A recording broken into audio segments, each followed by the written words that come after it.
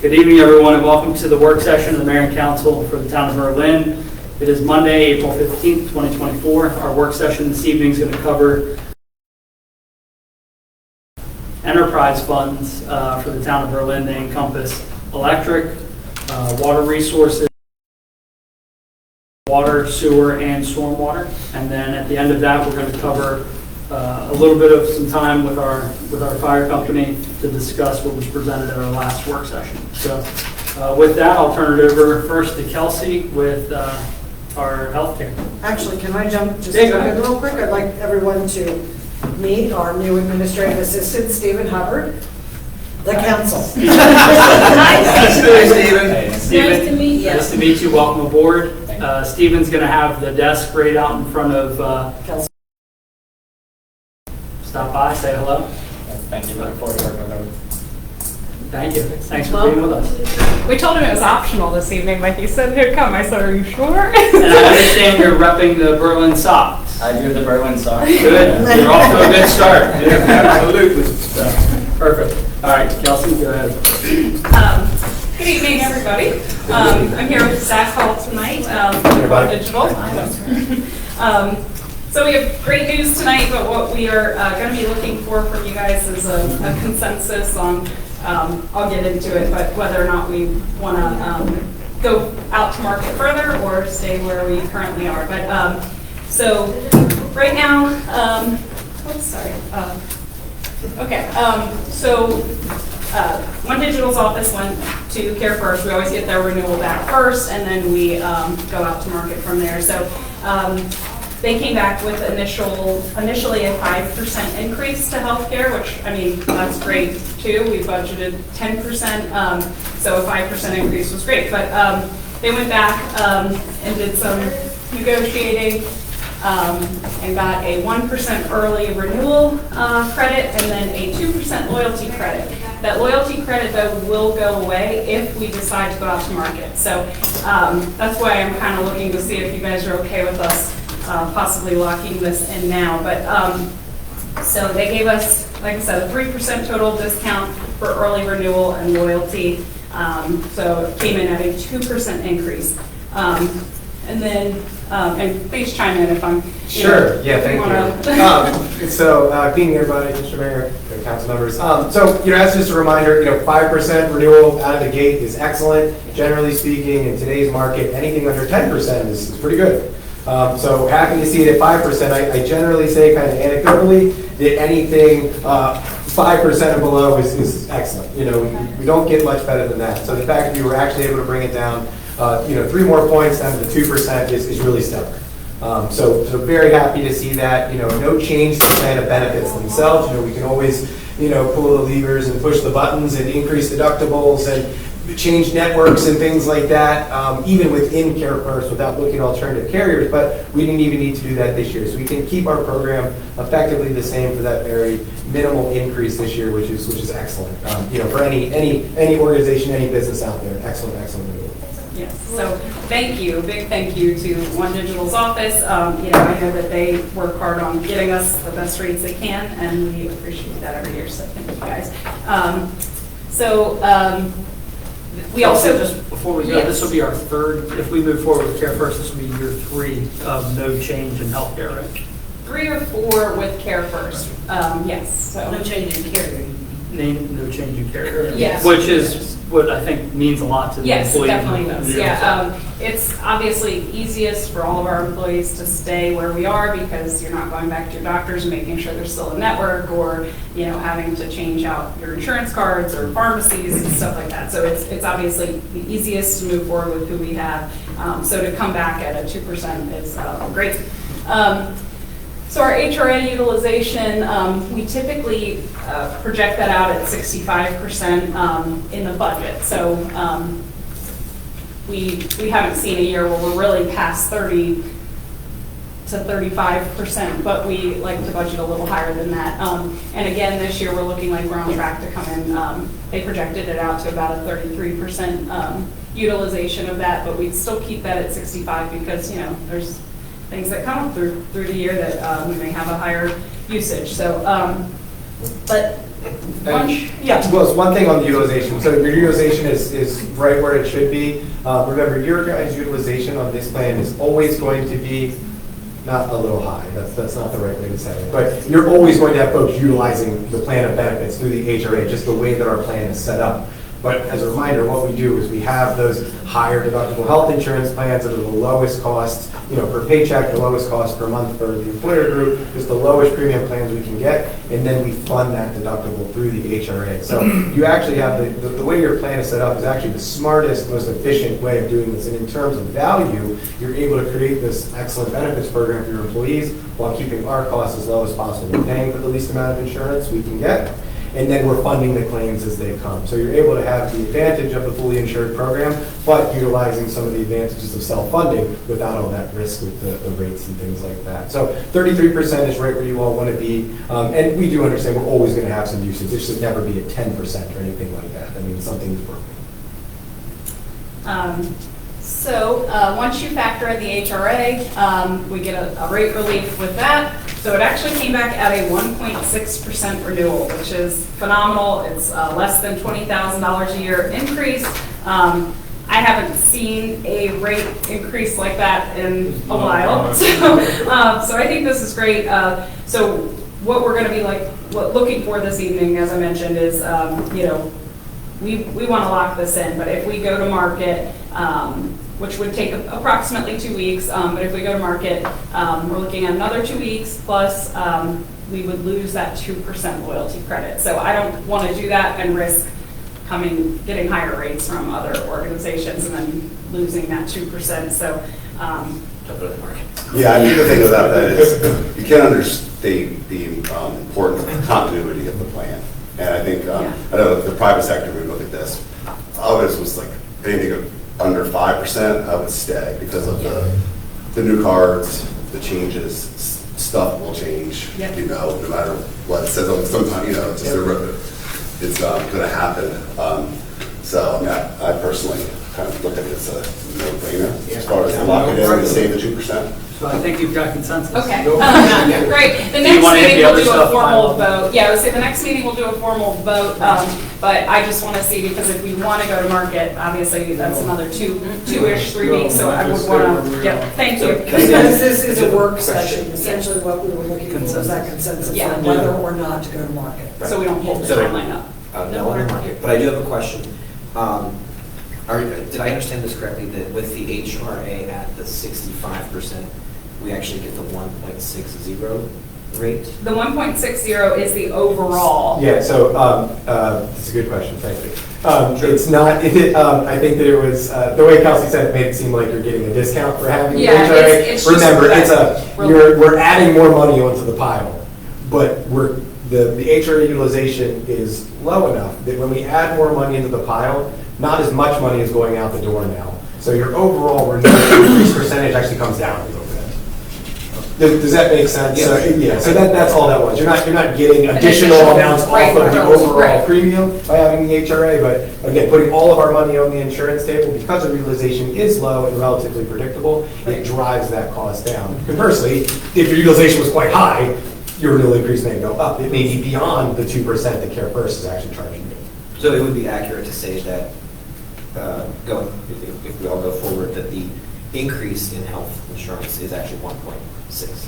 Yes. That's accurate. Using a conservative budget. I mean, that's the other big thing, is that our budget is that we've historically done 52% of the upfront HRA funding, which is the one that most folks use on their car. And then you do have the back-end funding. So after you exhaust all the money on your car, you have a $500, remember, $500 for the individual, $1,000 for a family? Yes. Yeah, member responsibility in the middle. The back end of that, you still have $1,600 left of out-of-pocket costs you can still pay on the plan before CareFirst pays 100% for everything. You measure max out-of-pocket limits. That back-end funding is very rarely used. If you have a catastrophic case for most folks, we have that budgeted at 10%. It hovers usually around under 2% for any given year. So again, these are pretty conservative. So yeah, I feel comfortable with that 1.6%, but just know it's a variable cost. If everybody was in the same bus accident or something like that, that number would go up. Well, and I think when when we get to the point of updating the figures in the budget, I'm probably going to leave it at a 2% overall increase, because if we have plan changes throughout the year, or if there was additional utilization of that HRA that's not, you know, And based on trend over the years past and current utilization, annualized 52% is also fairly conservative, almost, 19% higher than what you're actually running, historically running as well. So you do have a safety net in there from a budget perspective. Well, that's what I was wondering, if that is the case, where did the 65% number come from that we are at? It seems like we could be saving a considerable amount if we went down to the 52%. To be honest with you, it's been a figure that has always been Inherited. used. It was likely 55 and 10, if I had to guess, and then we probably did do exactly as you said, Mr. Green, or we moved it down a Oh, little you're bit. talking about the co-insurance. Okay, I was like, what are you talking about? Yeah, we've been running well over the years, so let's bump it down to 52%. I don't know how far we want to move that though, from a budget perspective. The money doesn't go anywhere. I'd rather be conservative. I agree. So I disagree with that, but. I know, but. Well, that's way too conservative. It's actually irresponsibly conservative. No, I'm Yeah. saying to go below 52. No, I think come off of 65. I'm open to Yeah, that. okay. I'm saying that below 52 is, Right, no, I hear that. I just, I don't. Yeah, that could be something that we can update in the budget figures. It just is, like I said, it's always been 65%. We always make sure we're not coming close to that. We do kind of once we get started on the budget process, I contact CareFlex and I say, where do we stand as far as utilization? Do we look like we're on track with typical years? And she usually tells me then how we're trending. And if we did the 52, that would change the 2% for the insurance, would it? This is assuming a 52% utilization rate, so no, these, Yeah. if it magically was 52 this year, it would be assuming, these are the numbers that would shake out. Okay. So Kelsey, you budgeted 10 for all healthcare, now we're down to 2. What's the difference? I don't really have, I have like the, I'm sorry, let me look, I have it in my phone, but I didn't update the spreadsheet yet because I didn't know if you guys would want to move forward with this or not. I mean, I assumed you probably would, but how I have it in our spreadsheet is actually different because they're separate line items. One is for HRA utilization and one is for healthcare. So I don't have it, they have it all combined. I do not have it that way. So I don't have an exact figure for you this evening, but it's looking like, just based on here, it's looking like about a $250,000 difference. Yeah, give or take a little, but that would be over all 3 funds. So I could probably have those updated figures too. I could definitely have them by Monday's meeting so that when you're actually voting on this, I can have a better breakdown. So of what that. you budgeted at 10% is now $250,000 less based on the 2%.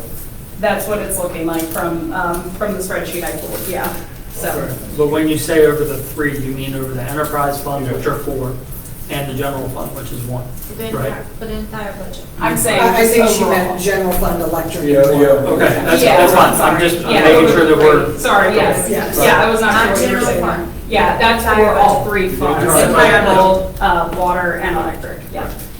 So, but I can have a better breakdown by next Monday's meeting when you guys discuss it, and actually vote to lock this in, so, Can we pause for just a moment? yep. So, Zach, you would be comfortable with going down from the 65% to 55% or no? I don't know that that's necessarily the case. I think that if you needed to realize the savings there, I think that you could.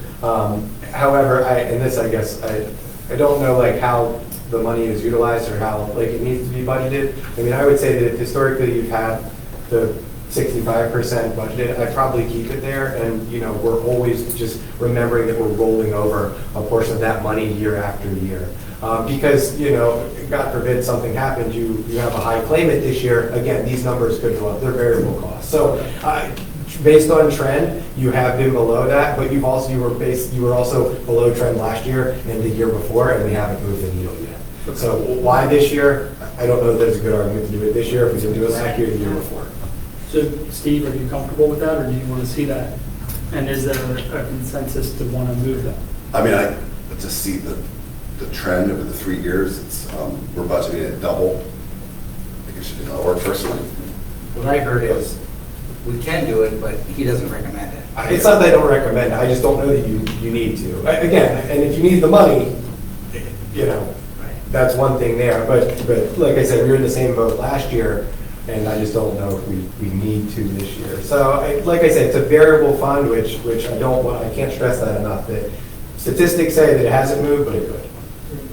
So exactly the scenario, if we do move and things happen like high claims, what happens? Then we'd be potentially spending out of budget, you know what I mean? If we didn't budget for enough and everybody, knock on wood, was in the same bus accident, you know, we'd have to write a check with We'd have bigger money problems. that we didn't budget for. And that's really, I will say this, I don't mean to be morbid here, but the bleeding would eventually stop. You know, Care First has protections in the plan that people aren't going to be racking up millions and millions of dollars of bills and expecting the town to cover them. But as far as the $5,000 deductible funding that the town is covering, we haven't been budgeting every employee having $5,000 based on utilization. But that would potentially is your max exposure for that particular for that particular HRA fund. Everybody could realize the full $5,000. So to that point, could we hypothetically go down from the 65 to 55 potentially, and take that remainder this year and move it over to the healthcare reserve fund? And then in years forward, budget at 55, knowing that we have that additional pull there if we need it? We're not moving a fund that already available, we budgeted the expense, so I'm not moving But- cash so- from cash. We're predicting the expenditure to be at that level with the security at 65. If we're moving, you potentially releasing the expenditure, but I don't have anything to move. But, well, yes and no. If I'm understanding Zach correctly, we did the same thing last year. And there should be that for FY '24. So if we close FY '24 at the trend number, there should be that gap hypothetically there, correct? In unspent funds. But it's a roll, You just carry it it's a forward. roll, it's a carry Agreed. forward. Okay. We I see don't, what we you're don't saying. have that cushion sitting waiting, It's we'll not roll back it into the to next back. year. I'm trying to help you But here. no, look, I'm happy to see. That is correct. I would say that, and that's the way to think about it, is that, good, we didn't use that money last year, let's roll it over in the next year. We just keep this fund going. We don't have to keep adding additional money into the pot year after year after year. You know, I think it'd be something on the table for, when there's a massive increase year personally, I think. That would be one way to absolutely do it, and I don't disagree with that. I don't think that this is the year to do it, but right, if we were looking at a big increase in premium, money that we know is going out the door, that may be something where, hey, we need to maybe take a look at this variable funding a little bit closer to bring that budget increase down. So I don't want to belabor the point, but if we're staying at 65, why is 52 even on here? That's what they've predicted. We've always just done the 65. They've not really had involvement in that figure. We've pulled out, like I said, it's been a figure we've used year after year. 52 is the number they use to calculate their numbers. Right. 65 is the number we use to calculate our numbers. Correct. You've been around that 32, 33%. When this was drawn up, we likely inflated it 20% just to be safe. Right. What's the difference between 52 and 65? Is it even nominal to talk about? 13%. I don't. Thank you very much. I don't have that figure on me, and I don't. I don't. We don't have it on us. I mean, on Monday night, I mean, I can certainly run it at 55 as well and let you know what that figure would be. I think it would be better to just figure out what that number is. Yeah. I don't think you need to rerun it or. Well, it's 55% of whatever the HRA cost is. So it's very easy to run. I just don't have it on me. But we can certainly look at lowering that, give you the option, but, so. Thank you. All right, I will wrap up here in a minute because some of these things are just more informational right now until, okay, not sure what's going on. It's not working.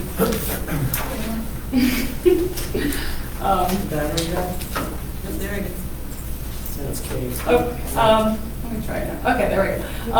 So one other thing that we'll talk about Monday, since just as every year, when there is any increase, we just like to show you what your options are as far as if you're going to increase the employees' payroll deduction for healthcare. So as you can see, this is what that yellow highlighted portion is what the payroll deduction was in 2019. In 2020, 21, 22, and 23, we remained consistent at the figures you see there on the bottom.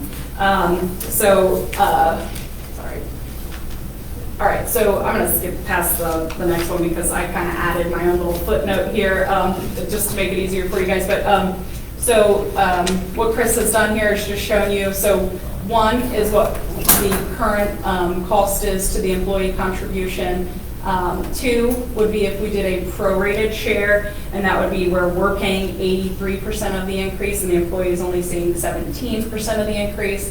Option three would be if we split it 50-50, so whatever increase we're seeing, the employee gets 50% of it, we're getting 50% of it. And then option four would be if the employee had 100% of the increase, which is not something I would ever recommend, but I just want to lay it all out there for you. So, if we were to consider doing one of these, I would think with such a low impact, I would like to keep it at current. But if you guys were looking at sharing some of that cost with the employee, the prorated would obviously be my next recommendation, which would be the town absorbing 83% of that increase and the employee 17%. And so you can see those here. That'll be something that on Monday night you guys can vote on as well. But that's a kind of quick breakdown. Any questions on any of that?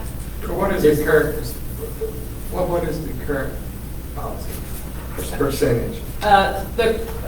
You're saying the breakdown between the two? Yes.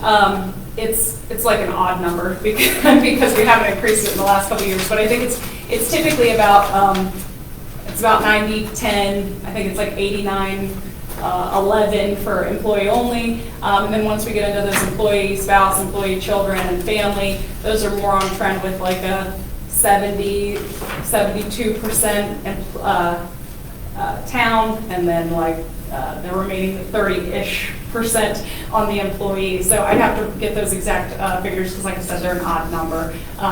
But that's our current rate, and to remain at that would be what I would recommend this year with such a small increase to the town. But I think if we were seeing a larger increase, I would definitely understand needing to split that with the employee group in some fashion. But for now, that's what you chime in on anything. No, I agree. I mean, your rates are excellent. So, really happy to see those, and I think to the point that has been said a couple of times, this being the, 1, 2, 3, 4, this will be the 5th year in a row with no changes to the premium cost is an excellent story for any employer. So, people should be proud to work here and to be able to have that, not only for single employees, but for families, say the cost for health insurance has gone up, and, the town does all this to the HRA. It's a really wonderful story. So being able to continue that would be excellent. How does everybody feel keeping it? And we can talk about it Monday, and you guys can do a formal vote if you. But I mean, we'd like to have a You solid can do a look at consensus to see, so that you can see what the budget right, will. so that it actually Okay. firms up the way that we'd like it to. How does everybody feel about keeping it current? I'm okay with Councilmember Eagle?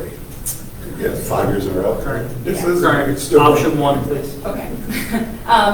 And I know that dental. I said it's a great story, 5 years in a row to not have to Yeah. increase the. It really is. I'm afraid to keep talking about it. And I have more good news about workers' comp in a moment. But so dental, we're looking at about a 1% decrease. So that's great. That's fully funded by the employee. Did it go down? It did. It went down last year as well. So this is the second year of our dental going down. We get a better rate for packaging all of that as a whole. So as you can see with the upgraded plan, it was about a 0.98% decrease. And then for the base plan, we're looking at like a 1% decrease there. So that's great for employees as well. And again, vision's fully funded by the employee too, but it looks like that's going down 1%. So this is great. So I feel really good about this. So I wanted to see if you guys were on board with, like I said, locking that in there. So Open enrollment is set for May 22nd. Unless you guys had any need for One Digital to come back, I did tell them if they came tonight, we probably wouldn't ask them to come back Monday. I would just If you can bring this good news each year, you can only come one. He's made my job very easy. Yeah. There's no problem. Plus, it's a lot easier. It's easier on them, it's easier on us, it's easier for like benefit mall or billing and stuff when those rates don't change for employees, because then we're not having to go in and manually make those changes, for all the employees and stuff. So it's great. But so other than that, that's all I had for health. I do have some workers' comp stuff, but I'll let Zach go if you guys didn't have any other Thanks, Zach. questions. Of course. Thank you all so much. Thank you, Zach. Thank you. Appreciate it. So workers' comp, this is, we haven't received it on paper yet, so I don't want to, this is what the rate is going to be, but they haven't submitted it to me on paper, so I haven't changed anything in the budget, but we included an 8% increase. They called me and told me that we are actually looking at a decrease this year. So they're thinking, well, our rate came back at 180,000, and we have budgeted 273. So we are seeing not an increase, a decrease. So so that is a great savings there, almost $100,000.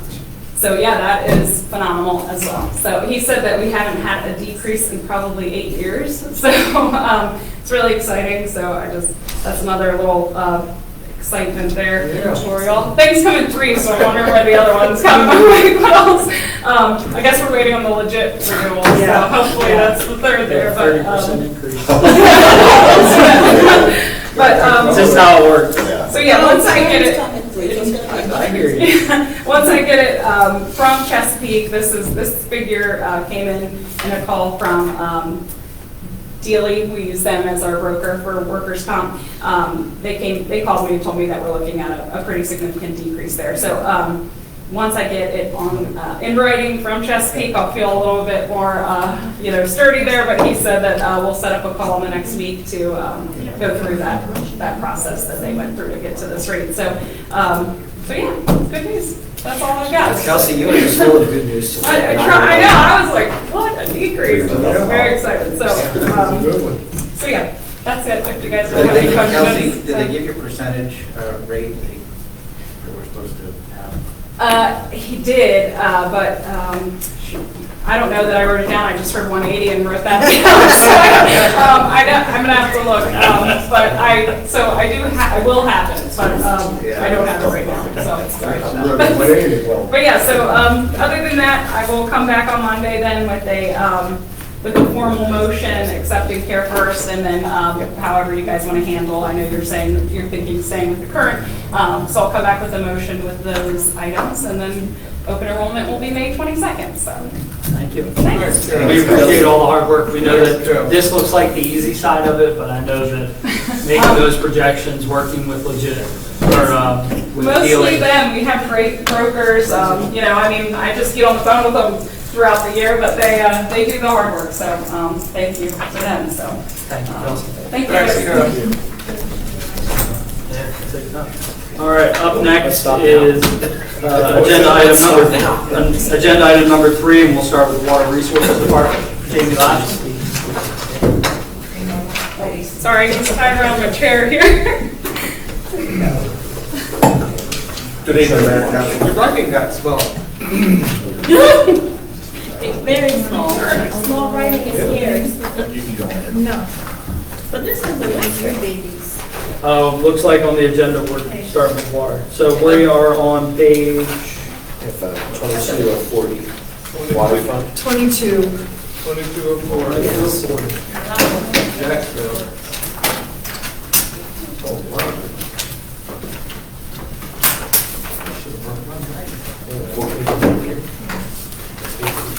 22 of 40. There was a request, can we put it up on the screen to make it a little bigger? Sure. You pull it from the website. Thank you. Cover it up.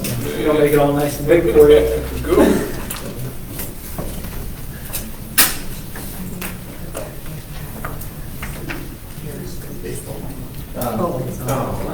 Good thing I was here.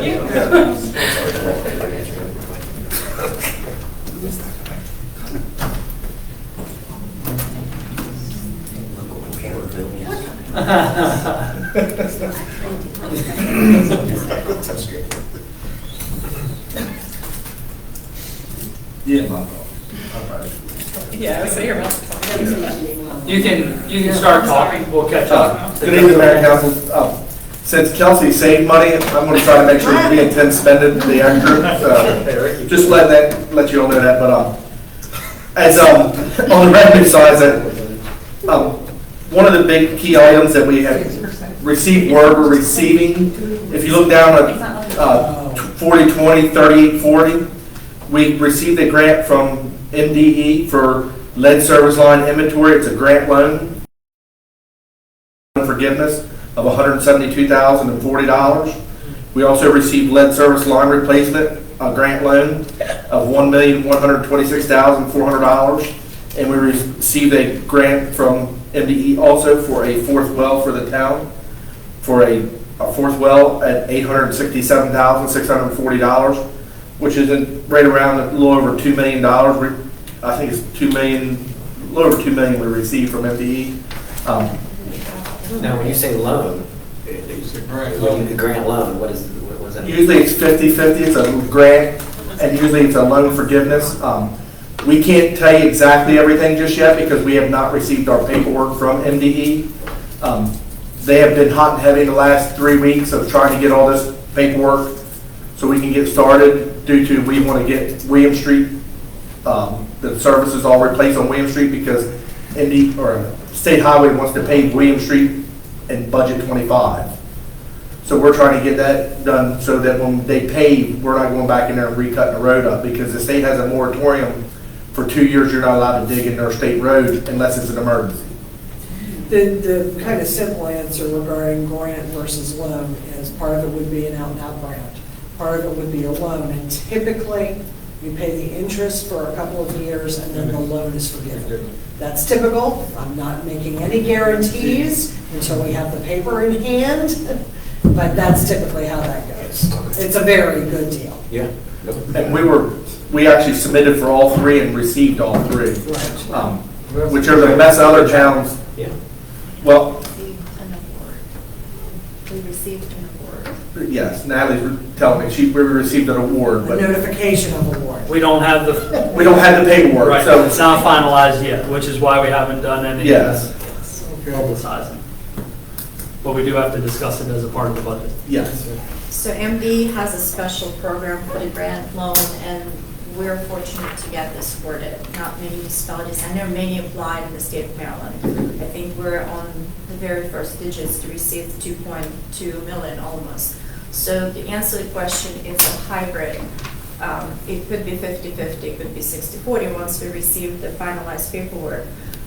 Some will be as grant, so obviously no repayment needed. The some will be as a loan with the interest rate that we would have to pay interest payment only for, I don't have the term yet. And then we can apply for loan forgiveness. Normally it's when the projects are probably at 90% of the completion. Once we get the paperwork, we'll have more information. So on this particular budget, we're placing that the full amounts.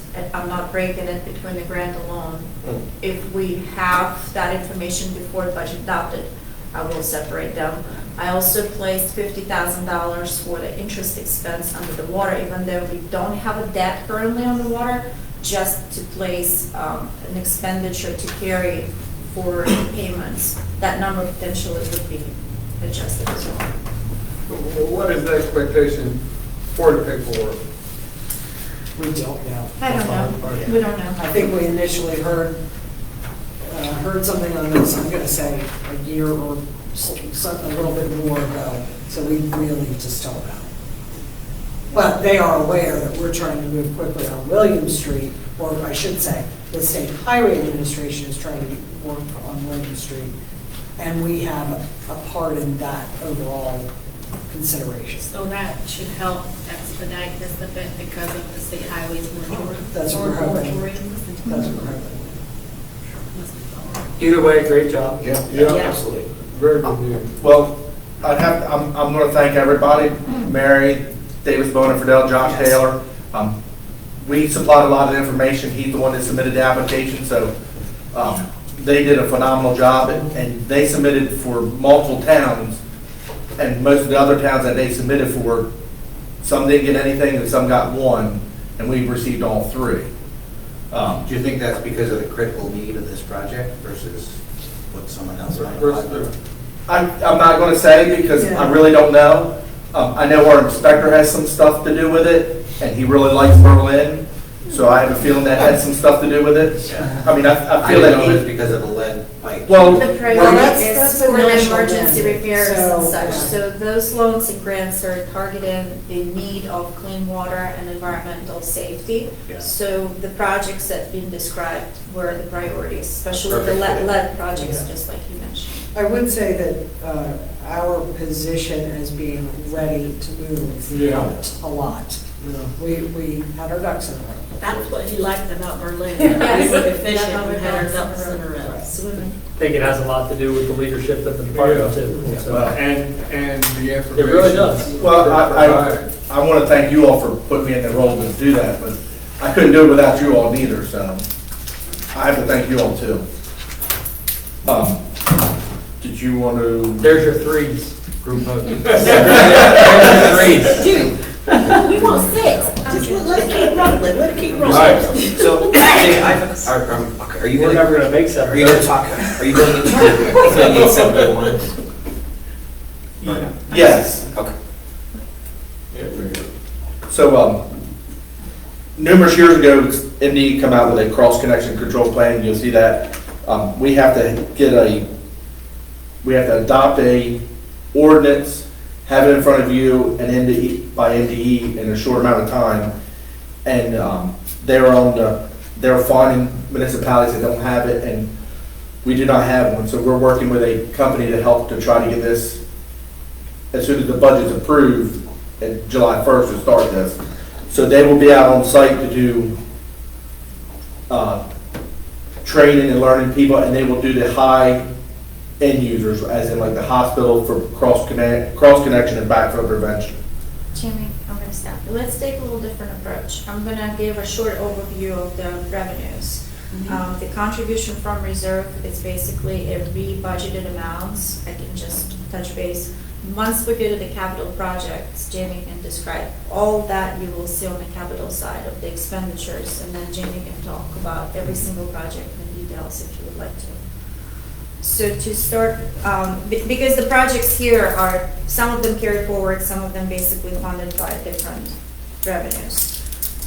To start from the beginning on the water fund revenues, the 1.9 million is the carry forward, so it's a contribution from reserve. It's a combination of projects that were not completed in fiscal '24 and rebudgeted. Some of them are ARPA grant funded, some of them capital reserve funded. Example would be smart water installation is the ARPA funds. Powelton Avenue amount of 285 is the ARPA fund carry forward. Then there are different projects that were funded from the capital reserve from fiscal '24, and it's basically a carry forward. But going a little bit above, if I can just touch base, special connection fees, you see a small decrease simply because the new developments that are coming up were estimated to be at lower EDUs, so special connection is basically EDU sales. 55 units to be projected for fiscal '25.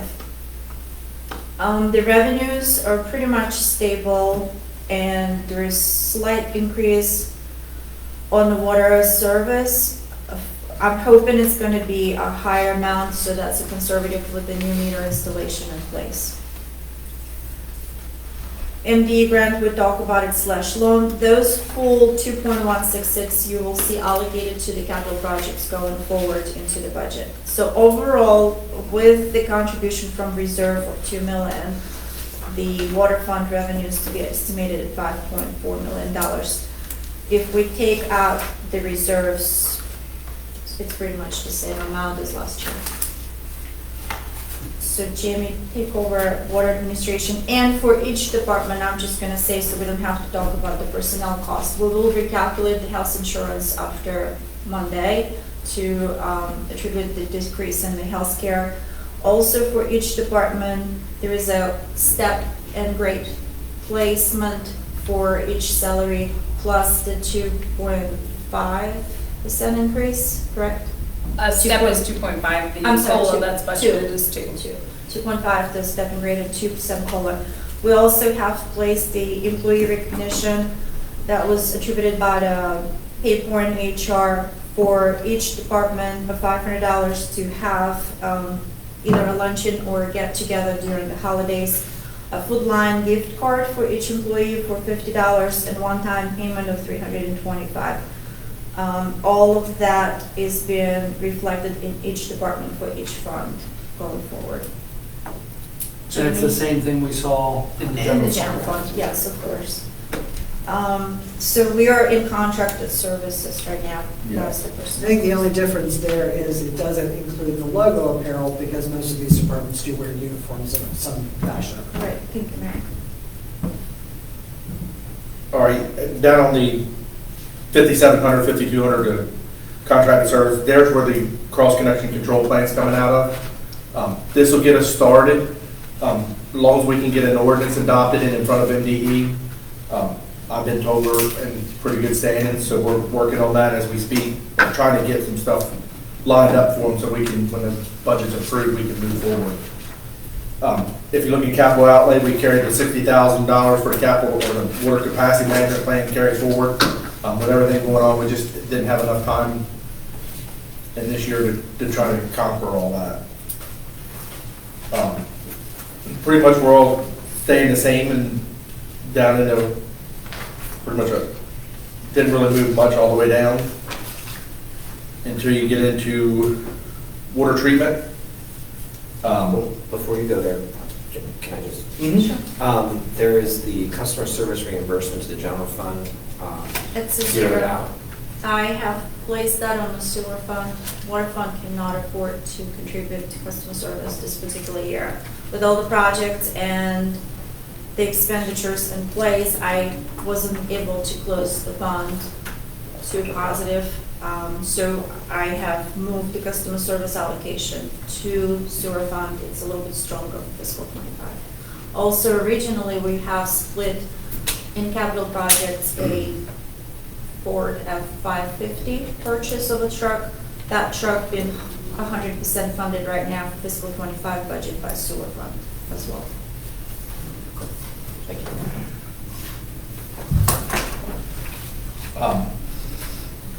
Get down to capital outlay equipment. You can see where we carried forward well one regoing.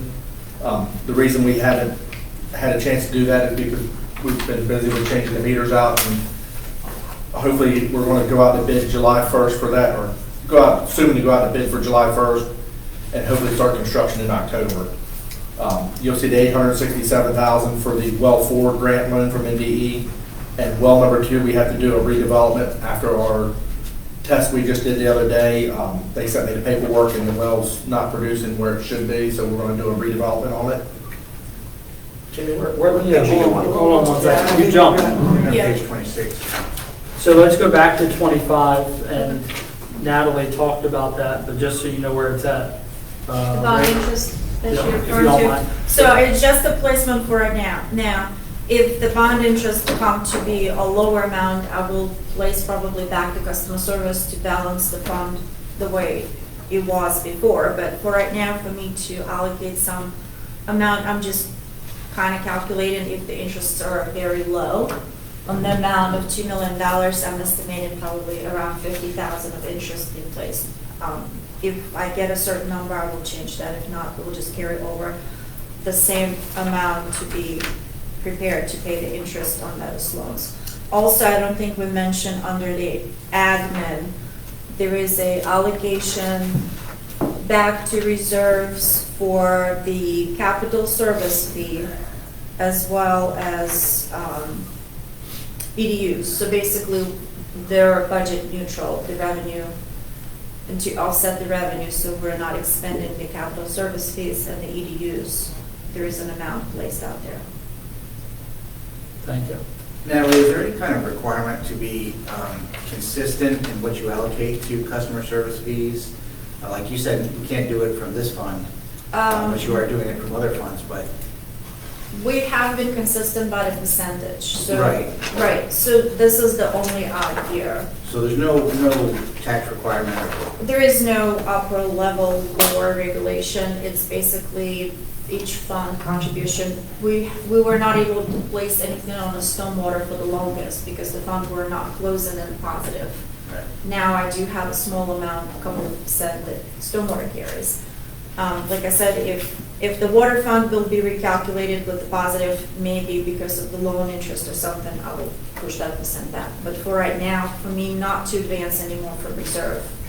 So you wouldn't post it as like a debt owed to the general fund? I would not do that, no, not necessarily, since the water resources is kind of in the same situation. Thank you. So now, Jamie, you wanted to start off at page 26, right, under water treatment? Yes. It's 13 to 32 for you all. Is that where you're at? Yep. On the page? Not really much change other until you get down into capital outlay equipment, which is, you can see the Fountain Avenue, well 4, and the redevelopment of well 2, which we just had our test done 2 weeks ago. And A.C. Schultz, the company that we contracted, wants to redevelop the well. Other than that, just chemicals have gone through the roof, which, I mean, everybody understands it, the day and time we live in, so that's one thing that's really hurt. We're going to water distribution. Any questions first for water treatment? Okay, water distribution. If you look down to capital outlay equipment, so the streets that we've talked about, So picked that's out. page 14 of the budget, 27 of the packet. So if you look down at 2057, 2052, 55, which is capital outlay equipment, you'll see Elizabeth, Maple, Schoolfield, Branch, and Shaw Street on there. That is to replace the service lines, excluding, we're going to investigate Shaw Street because it's only a 2-inch water main. So we're going to have them design and give us a price, design it for new water main and sewer on Shaw Street. Then underneath that's Flower Street, which is, we're going to, their Flower Street needs to be, all their service lines need to be replaced. Then I've asked to replace some hydrants in town. There's 10 of them that I feel that we need to start looking at every year to try to put in and upgrade our hydrants. Some of them are getting hard to operate, and some are date older than I do, which is not very hard, but I'm sure there's some that are in the 1940s, 1950s that need to be changed out.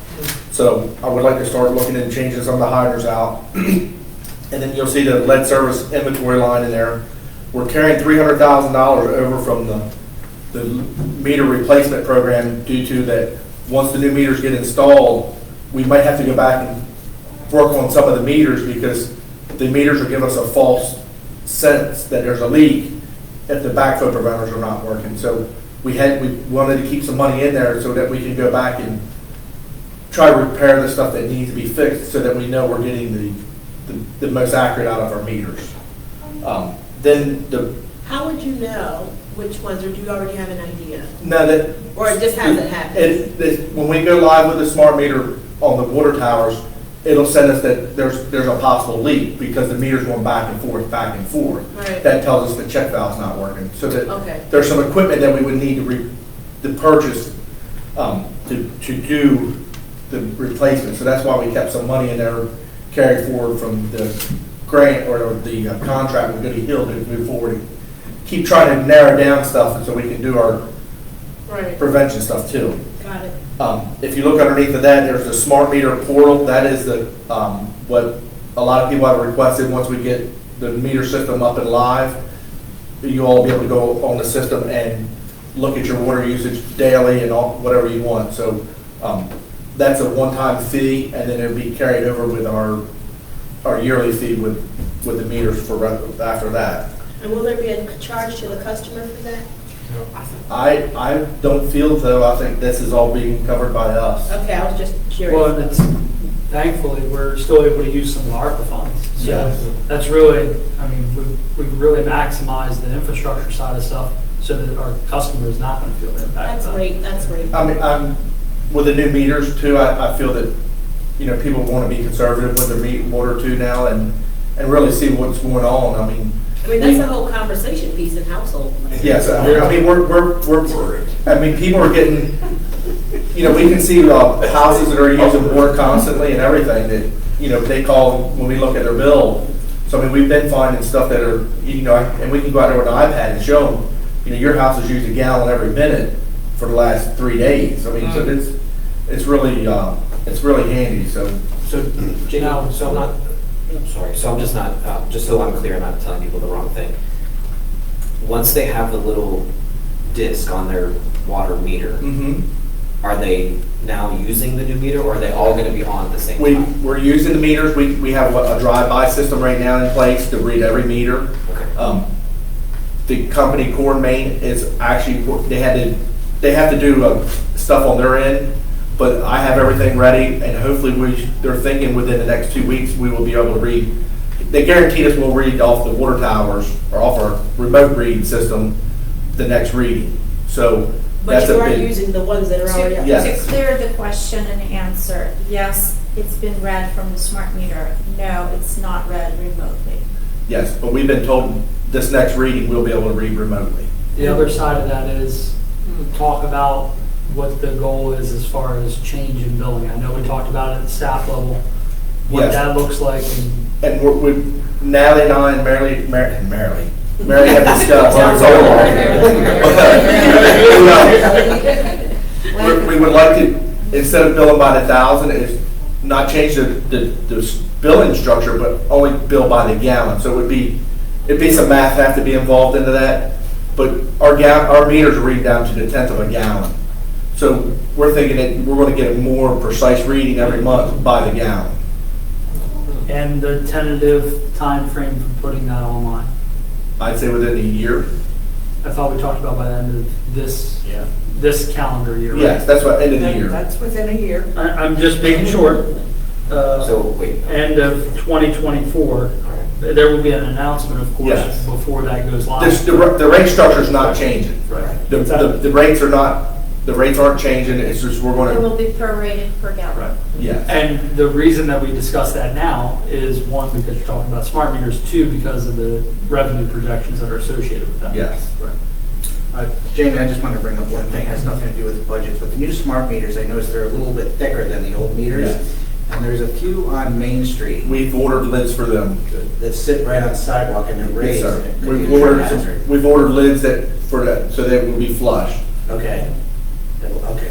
So we were advised that, or the Core Main explained that to us, so we've ordered lids to make them flush so that there's no, and there's a couple that are in driveways that we want to make them flush too because snow plows or people shoveling, so we need to order some of them too. Actually, we've actually ordered a few of them to try, and then once we get, so William Street will be all differently because pretty much everything back here will be all replaced from Bay Street to the Food Line intersection, William Street. State the cost of the lid, please. Yeah, and right now, I mean, we have to go to plastic, so we're looking at about $100 a lid. Could be cheaper, but, that's what the ballpark price is I just right don't want now. people tripping. Right. Yeah. You do stumble on them if you're not. But they are ADA compliant. I mean, that is one thing that Neptune made sure that they do meet ADA compliance, but I'm under the impression like we want them lowered so they're flush. So one, so that when we're clearing snow or anything like that, they don't get in also. I wish they could be like the color, you know what I'm saying? Yellow or something. I know that No, sounds we don't crazy. do We yellow. could get them all in Bridget, we could get them all in Bridget to the town. So you can spray paint it. You can see it though. Thing is, time and place for the seal. That's We don't know. the time and place for it. I'm just saying, you know, if you see the All right, yellow all right, dots so around, just say, you know, just that's put a just- ribbon on on, track. yeah, just put a ribbon on this, my particular question, which isn't budget related technically. So if someone has the new, well, a lot of people do have the new meters in now, just keep an eye on their bills because Yes. the new meter is active. Yes. Okay. we only like about, reflected. if I'm not mistaken, we're only short, well, I'm not saying we're short. We're still changing meters out, but at a much slower rate because we don't have all the employees here from the contractor, but we have we're about 95% done. So we have some of our bigger, sorry, Dean. Go ahead. We have some of our bigger meters, AGH, Berlin Nursing Home. We changed one out Saturday at Barrett Building, so we have quite a few apartment complexes we're still getting meters for. So folks with the new meters now are being billed by the gap. No, sir, No, they're being billed by the 1,000 right now. By the end of this year, we want to be able to have it prorated to the gallon. There is no changes as of right now. We're reading the new We just need meters, to alter our yes. lifestyle. We're Yes. converting them back to the old routine, yes, so we're going a little bit backwards.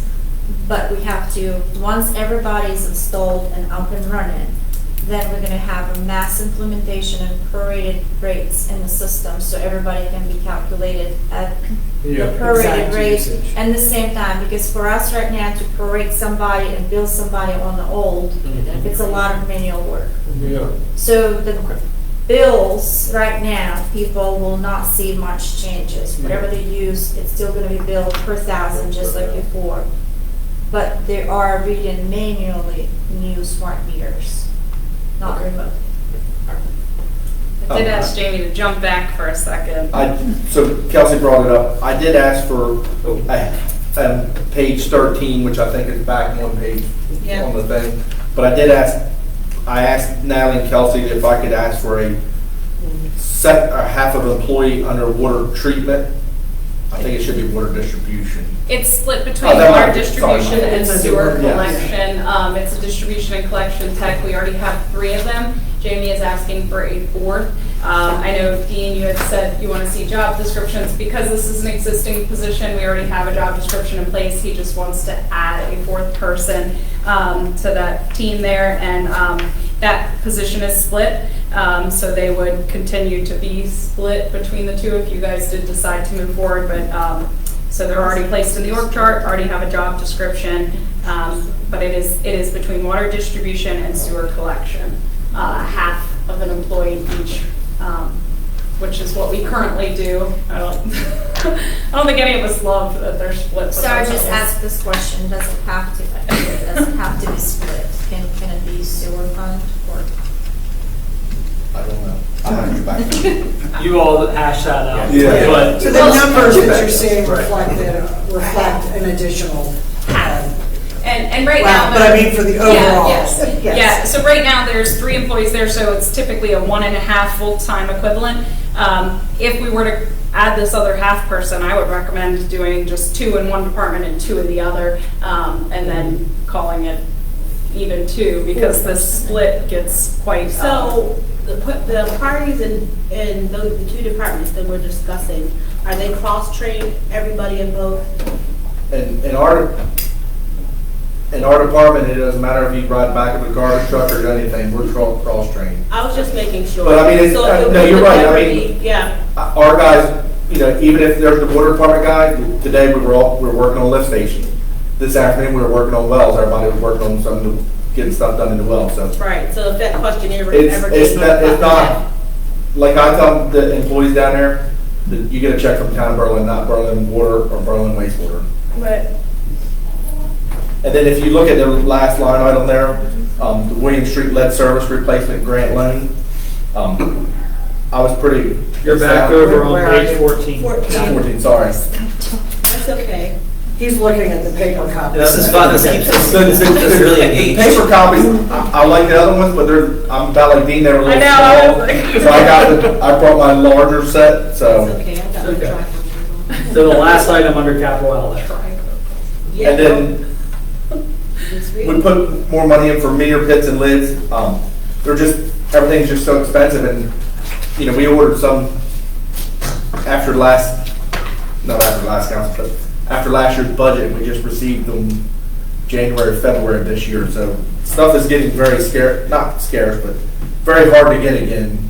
And I'm sure Tim will elaborate on some of his stuff, but lead time on some of our stuff is anywhere between 24 to 58 months. So these are the lids that Jake, Councilmember. Well, was that we can get them a little bit quicker.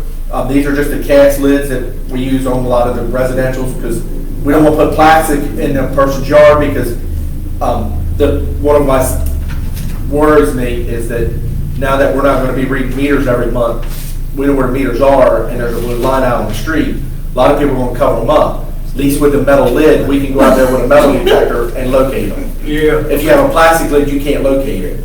So that's one of the reasons we're going to keep metal in people's yards because that way we can at least go out and with a metal detector and find the meter. Steve got his hand up. His was black and he had flowers back there. Before we started, I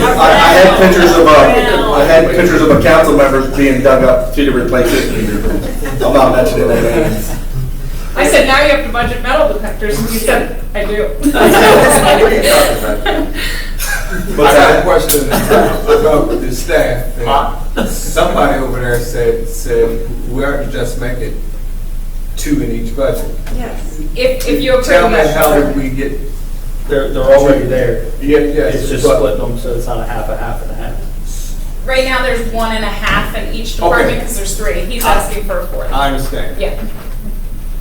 And then Put that's, people back together. So he just went Yeah, well, we'll glue them back and get 2 and 2s. 2 and 2. We'll have a rejoining party. All right, keep going. that's all I have for the water department side. Does anybody have any questions on there? Well, yeah, Jamie, actually, and I'm pretty proud that I didn't ask what the chemicals were this year, because I remember last year you gave me some gruff on it. Actually. So some playful gruff. But anyway, my question is, I didn't see this on page, well, it's R16 of the budget, 29 of the packet. We just got over there. Okay, well, and also, I mean, you don't have to flip back to this, but it's also referred a little bit in, well, it doesn't matter. But if you look under 3871, wait, is this right? Yeah. So I'm unclear on the wording of this, and I'm sure you can clear it up for me. The EDU, Contribution from reserve. yeah, 3871. 24. We're in 24, water or 40, sewer? 24. We're in sewer. Sewer fund revenue. Okay. We haven't gone to sewer yet. We haven't transitioned there. We're just getting. She hasn't started talking You're about so much ahead of us. So sorry, I'll wait. So when we get to that line Just item. close the water fund. Okay. Any questions about water? Go ahead, keep going. Crystal clear. Now that you're talking about the revenues, I need a break. So we're going to sewer fund. We are on the sewer fund revenues. Page 16 of regular report or 29. 29. It's okay, you're good. Holo fees is a great revenue for the sewer fund, and it's been doing really well. We are over the budget pretty much in 3 years in a row. For 24, we have budgeted 150. We're at 729,000 right now. 450,000 we're estimated to be collected in fiscal 25. Those revenues are helping with lots of capital projects for sewer fund for Jamie, and you will see some of it as a carry forward from from this current year, and some of it will be allocated to fiscal 25 capital projects. The new development at 55 units at 12,000, that's EDU estimated to be collected. Sewer fund have debt on the fund itself. EDU reserve amounts are allocated from prior year to the fiscal 25 budget to debt services, and I will point on the amount once we go to the admin. Sewer capital service fee is getting back to the reserve. We're not expensing that amount. It's basically the revenue collected, and you will see under admin an expenditure to have no impact on the budget. Sewer services, there is a slight increase basically for newer calculations and new developments in place. There is a potential, we don't have a solid answer on that, a potential MD grant for $1 million that will be allocated to capital project. You will see it in a little bit. Now, that is not guaranteed, but we're placing it on the lift station on the Flower Street. If we receive the grant, that project will go as a green light to go. Now, for folks that weren't in the staff level meeting, that is the one that used to be Elroy's problem and still is a challenge. But Yeah, I just so saw that David everybody has the Massett and the place. guys out there a couple weeks ago.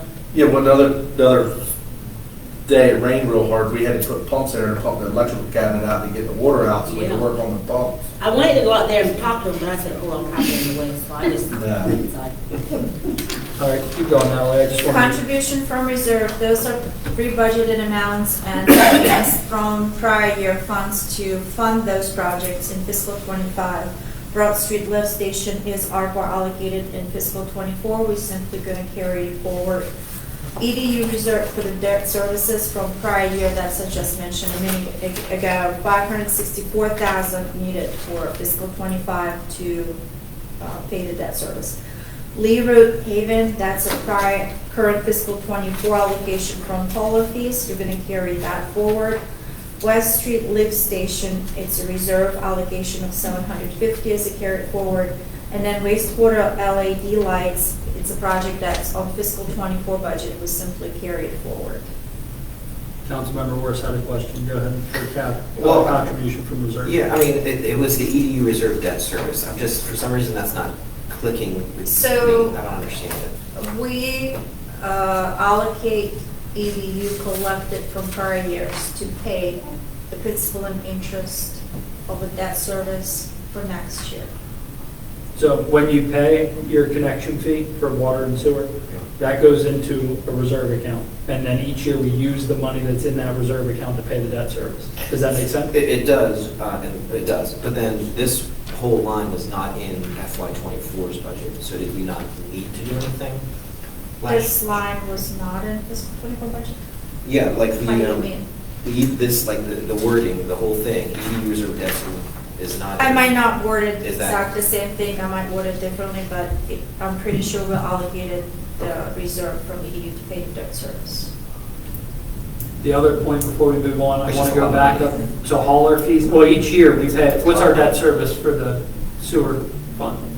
He says it's a lot. It's- I more. mean, it's- $564,000 we need for the principal and interest. Okay, so each year, Just think of it, we perpetuity. need $500,000 to pay the debt service each year, so we advance it from EDU reserves. so now back up to the top of the page quickly, that hauler fees. Mm-hmm. I just want to note for this group, I know we know this, but that's like our cash cow. It's going to dry up one day. So know that that is not going to be a reoccurring revenue stream. But I love it. I think it's great. All right. It stinks, but I love it. We love it too. All right, moving on. That's pretty much all for the Sewer. revenue side, if you have any other questions. Sewer admin? Sewer admin, so to bring back to EDU, Mr. Orris, the first line on the page, and putting you on the spot, Yeah. EDU special connection of $674,000, that's an estimated revenue that projected fiscal '25. We basically place it back to the reserve. So if we do collect 674, we're not expensing it this year. So it's- It's a placeholder. But then if we do collect 674, we will have it in fiscal '25 to contribute to fiscal '26 debt service. Make Okay, sense? that does make sense. All right, Thank you. thanks. Yeah. Jamie, gonna take over if you wanna touch base on the contracted services. The personnel cost and everything else is reflected as we discussed in prior. There is nothing special. Yeah, I mean, we kept, a lot of the stuff in here stayed the same other than the, Just talk about the GIS locating equipment. yes, so, we were looking at, not replacing, but with the smart meter installs, we had all of our GIS locations of all of our meters. And we actually did a lot, we went above and beyond, so we got meters, valves, whatever we could see. So, as I was saying earlier, in the water department side and stuff, if we get approved to get the GIS locating equipment, we'll be able to plug in the address, and we can go there with the locating and be right on top of the meter. I think it's within 3 inches is what they're saying of accuracy. So it'll actually help us a lot more And what our plans are is when we are tapping water mains, we pinpoint it on the main to the property, same for the sewer and the sewer, stormwater, so we can do a lot better GIS locating of our system that's out here, so we know what's going on, and if we have to upgrade a street, we can hand the material to the people, the engineers, and they know what's in the ground and where it's at, instead of trying to dig for days and not finding anything. When you say, well, what's in the ground, is that what it's made of and how big it is and all that kind of stuff? Well, in the notes, we can put in there everything we want, like, we can, I'm hoping that, but what I've been told is we can put in there what it's made of, what size, and what it is, like sewer, water, and stuff like that. So what this does is basically gives you longitude and latitude and plots a point, like kind of like if you park your car somewhere and you say this is where I drop the pin, it's basically going to do that, and then it allows on the back end side, you can upload pictures, you can do a whole bunch of different stuff, like Jamie said. Because- One second. We put this in because it came up during the staff level meeting. I just want to mention it for everybody. We had this type of device in a couple fiscal years ago. It was like $20,000 for one unit, so you can see where the pricing's going down. This is $12,500 for 2 units. So Is this a one-time fee? I'm sorry. Is this? We'll have a small fee every year, Okay, but this is the big bulk part of the equipment. okay. You know, when it comes to mapping our utility services, this will help in that aspect because we will know where things are and what things are. Yeah. And how long things have been. You're talking about fire hydrants that are older than you. We will actually know what's under the ground and how long it's been there. And only if we put it in. Like, if we But it's- didn't put those Right. notes in. But that is our goal, when we do open up a We have street, the capacity to do that. and that, we're not the only one, I mean, That's wonderful. Worcester County's got a GIS group, Ocean City, Salisbury, that's all they do is GIS stuff, because it's so important nowadays. I mean, a couple years, if you asked me 10 years ago, I would have laughed at you, but it's the new wave for this locating, because, That's utility as well. yes, and, just like the other day, I mean, when we dug up over on Pine Street, I found plans, they were dated September 1940. I mean, that's, our water system and stuff is at its expectancy. I mean, usually it's it's almost 100 years old. Some of our stuff's coming to 100 years. So I I'm mean, glad to see the price has gone down because like the mayor had stated, when we talked about this the last time, We had to spread it across 3 funds. It was a lot to handle. and I mean, it's not only us we're going to use, but if Tim needs to put stuff in the ground too, I mean, we do have Megan is our GIS person that does a lot of that stuff. So, I mean, hopefully she can start, once we get this, updating and inputting the system, equipment into the system, so that way when somebody comes in and, wants to do something at their house, we can go out there and, yep, here it is here, and here it is there, and then we can move forward. Yeah, that's a good thing, Jamie. And Jamie, I guess you just update the software in this piece of equipment yearly or twice a year, whatever. I believe, I'm not the tech savvy person on that, but, I've got a lot of information from Davis Bone and Verdell, because they bought one for doing, getting the meter system started. They touched every meter that the town owns.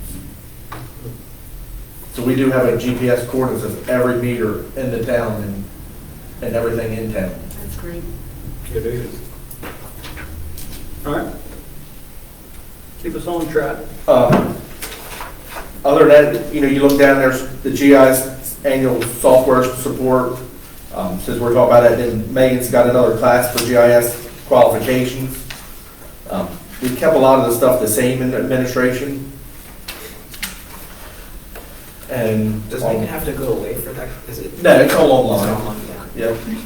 I mean, there's not many classes that aren't online anymore, so. Right.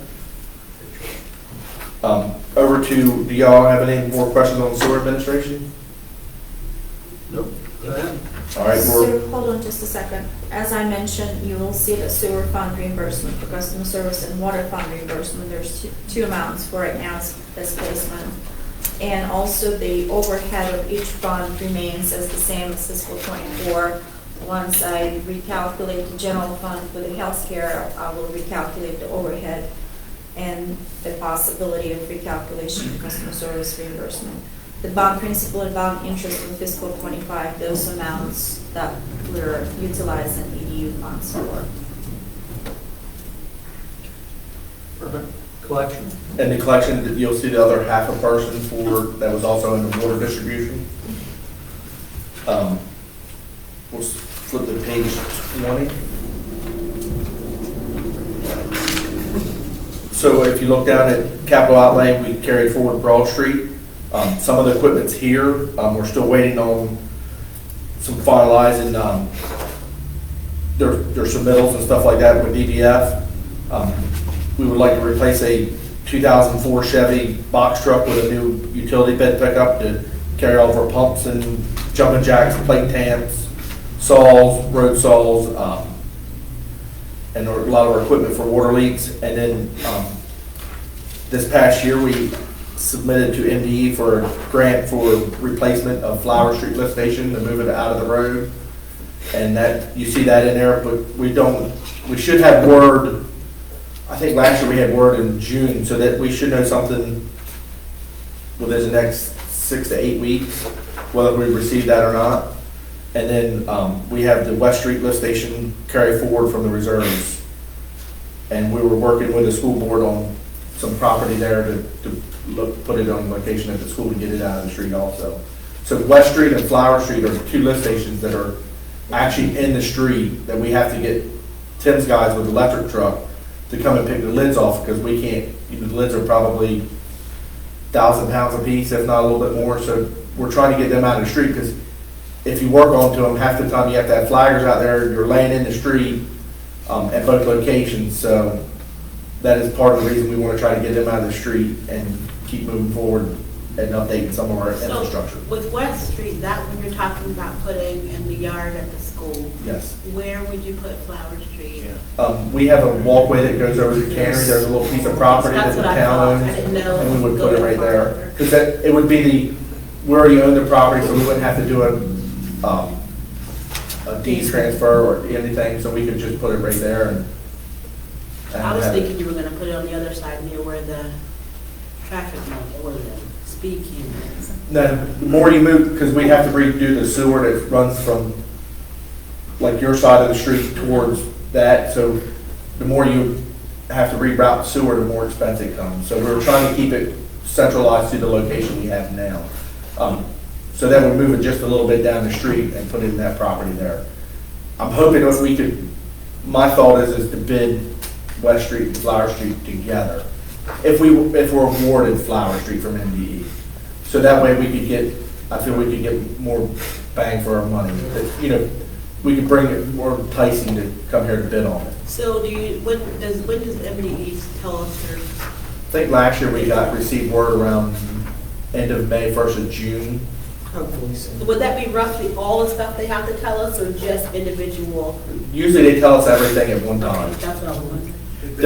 They'll come out with a list, and that you can see what every town received through MDE. We were talking about paving Flower Street, correct? And that's what we're trying to stay, we're trying to keep the grant, we're trying to keep, that's what Jimmy and I have been working on our side too, is to stay ahead of the lead service replacements too, and this, Okay. so that we're not trying to cut up a brand new road to move the lift station. So Right. Jimmy and I have been working on the back end to try to keep these, because if we have to, the more you go under the ground, the more money it costs for restoration. Right. So if we can do a small fix and he comes in through and does it permanent, then it saves, we can get more money, we can go get further stuff done. Also, just to back up a little bit on the lead service replacement, we have to replace a percentage every year that we know. So I think it's 3 to 5% every year, or we have to replace on lead service line replacement. So that's the other thing Jimmy and I have been working on, trying to figure out streets in the future to keep moving forward on. Thank you. I think we're, collection? Yes. Or, treatment now, We're right? treatment. Treatment plant. Yeah. So we'll probably pick up on page 21 of the budget and 34 of the packet. Yeah, so, the digester mixers run our equipment maintenance. They run 24/7, dry bed controls are always on. We have a lot of small pumps at the treatment plant, and we have a lot of equipment at the wastewater plant that we have to keep maintaining. The generator at the plant and controls, because as you all know, as cell phones update, our controls have to update along with it. Capital outlay, we need to replace our filters on our aqua aerobic disc filter. Our roof's starting to leak on our digester building, so I've asked to try to fix that. The DO dissolved oxygen controls, which are on the SBRs, they were installed in, which is our main treatment process. This controls pretty much 90% of the treatment process. They're just outdated and need to be updated, so actually you can't see the screen onto them, so if you have to put a new cap onto them for calibration, you're hoping you're doing it right. So we're looking at replacing all that with new equipment. Sealing the driveways around the treatment plant and the spray sites to try to keep it, maintain it better, to keep it so it lasts longer. Our skid loader's getting in rough shape that we move all of our sludge with at the treatment plant. It's 13 years old, so I've put that in there, and then to carry forward on the wastewater treatment plant LED lights. And then, really other than that, everything just about stayed the same all the way down to spray site. Any questions for treatment plant? All right, spray site. In the spray site, the only really big thing we have this year for capital outlay, we're asking for a new tractor out to the spray site to replace a 1996 Ford tractor, New Holland, and replace and carrying forward the Lee Road paving of Lee Road carry forward. Is SS spray site, is that the agreement? Yes, spray site, yes. And that is it for wastewater fund. All right, any questions regarding the spray site or the sewer fund? All right, stormwater.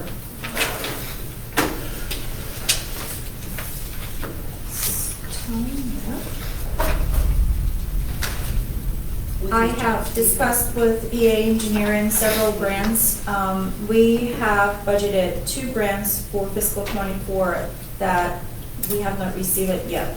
The Chesapeake Bay Trust Grant and Maryland Coastal Bays, those grants are rebudgeted, but Chesapeake Bay Trust Grant Water Shield for $30,000 and Chesapeake Bay Trust Grant Wetlands, $75,000. Those are potential new obligations for fiscal '25. Again, it's just a plan-in for new projects.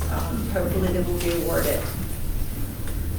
Residential fee services, non-residential fee services, there is a slight increase on the residential and decrease for commercial, just looking at the monthly billing, simply, I guess, because recalculation for commercial properties. Stormwater review fees, $7,000. There is a $7,000 expense offset. That's when people applying for the stormwater permits, EA reviews them, they bill the town, and the developer or the residential property pays for the fees. Contribution from reserve, simply carry forward projects. Nelson Franklin Pines stormwater ARPA funds of $250 is a carry forward, and then the second phase of that project from ARPA fund as well for $138. So the $388,000 is the ARPA grant allocation. There is some allocation in fiscal '24 for renaming the project. We shift some monies, but that will be in our budgeted amendments for '24. The stormwater fund, our smallest fund, we do have $10,000 set up in administration, the first line, to repay back general fund fiscal '24. It looks like we will be able to do that. I'm setting up the same amount for fiscal '25. Hopefully the fund will perform well. Overall, there are 2 employees. We pay professional services to EA Engineering. The capital projects, if you will look at the line item 5256 is capital improvements. Just so everybody's aware, page 26 On of the regular. budget, 39 of the packet.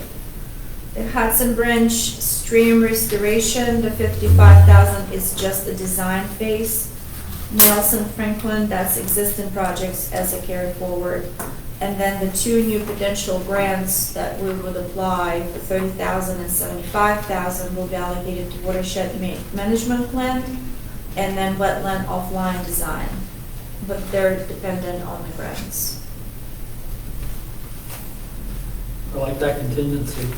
Yeah, we are hoping that the fund continue performing well and we will receive all the grants as being applied for. With that, we will be able to, hopefully, my plan for that fund to set aside a reserve for the capital improvements. So if we do have a grant that requires a match, or if we do not receive a full amount from the grant, but the project is proceeding and we need to conclude it, that reserve, capital reserve will allow us to complete the project or participate in the match for the grant.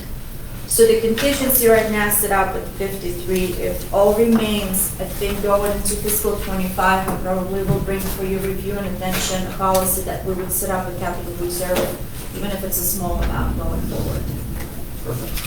Any questions for stormwater? Yes. I don't know if this is possible, but kind of going along with our strategic plan.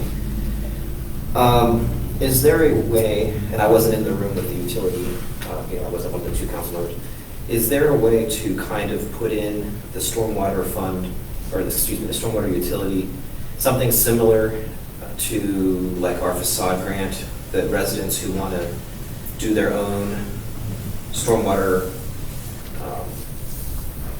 maintenance on their property, like a rain garden or something like that, they can apply kind of like a grant system through the town to help them offset some of that cost. Is that possible? We can put that in here somewhere? We talked about that last year, we pulled it, and Yeah, you and I have talked about it too, but we wanted to kind of see where the fund closed Okay. projecting wise. Can we keep that on the radar then at least? Can we keep it? Sure. We just need to make a decision how those grants will be funded, what are the amounts going to be, and if fund is not performing well at the end of the year because of the capital expenditures or some emergency repairs, and you have potentially a promise or allocation to a residential or commercial grant, how would you commit that promise? That's kind of my concern here. The grant just started to actually close the years on a positive amount, so to place any additional expenditures is too premature. But at the same time, I hope we're not planning to allow residents to do these improvements that's going to impact on the storm water management plan overall on their individual properties without some type of oversight and approval from the town. We would have to have a review Yes. anything as our stormwater engineers. Yeah, because what I do on my property will impact Jay and the entire system. Right, I mean, it was just to go in with our strategic plan on the education of stormwater and what residents can do on their own. Is that how you? Like build a rain garden or More build an individual residents applying or a whole community applying? I mean, it's just an idea, I mean, so, it's obviously a discussion, but, yeah, I mean, whatever helps, and not hurt the stormwater plan. Just a general question about the capital fees. Are they doing what the council intended when they were created, what, 3 years ago now? The capital service fees are in water and sewer only, there is not in stormwater. Although residential fee, looking at. It's just regular stormwater fees. That's that $100. Because in the past, it wasn't closing, so the movement Right. on that rate did not include a capital fee for stormwater. Gotcha. We do not have a capital service fee set up for stormwater. Nor do we have the reserve funds really set up, which is why Natalie said a moment ago that using that as a contingency. But I think speaking broadly to the water fee and the sewer fee, to Councilmember Green's question, I think that's working nicely. One, the ability to seek grant funds, well, loan funds, I should say, were not there for those funds because the financial position was poor. Now that we have some contingencies in place, or best practices, just like the general fund, so it puts us in a better position for loans down the road, and then also in a financial solvency position. Thank you. Anything else on the water fund? If not, we'll transition over to electric. Yeah, just real quick, Jamie, I'm just trying to do some quick calculations here. I want to make sure that, and I'm sure you already have, but I want to make sure that your employee recognition or employee appreciation numbers are matching up to the people that you have in your budget. Can you just, you don't have it, or can you just double check to make So sure that's- department-wise, we have calculated if a department has more than one employee, we count it as a department. If a department has only one employee, we did not account $500 for that. So water have less departments than sewer. Is that what you see in the difference? Well, I mean, Could you- that makes sense, but I guess the numbers didn't match up to me. But you got them covered? I guess that's what I'm asking. Number match up from where to where? Can you be specific? So I just want to make sure that that there's money in the budget so that every employee has an appreciation. the appreciation of per department Yes. been discussed, and the request is to allocate $500 per department. Now, if a department has one employee only, like administration, for example, we did not count that as a department. We simply counted departments that have more than one. But there, Is it? now see if we got a rain garden. No, I'm You just can't kidding. for lightning. So, Oh, really? okay, so it's. So there is, covered. if there are four Make sure departments they're in a fund, All right. and one department has one employee, so will be only 3 departments accounted for 500. If there are 3 departments and one has one employee, it will be only 2. And your question was, do the numbers line up? Just Do the the They might same not method- line up because of It's the not per employees, employee. it's not Per even. department. Right. The same method's been applied. Okay, I just want to make sure. Thank you. Yeah, fair enough. Electric? Thanks, Jamie. This is page 1 of the budget for anybody looking at those numbers, and page 14 of the packet. Good luck. Good luck. I can hide all this. Is the air conditioner on? It's the rain. It's freezing. Oh, you're talking about the cold or the sound? I'm covering cold. It's freezing. It's cold and now it's raining. Yeah, So the air conditioner is not on?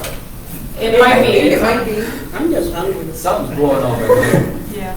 I can take a look at it, but Thanks, Cal. Jimmy makes it an ice box in there all the time for always. Thanks, Cal.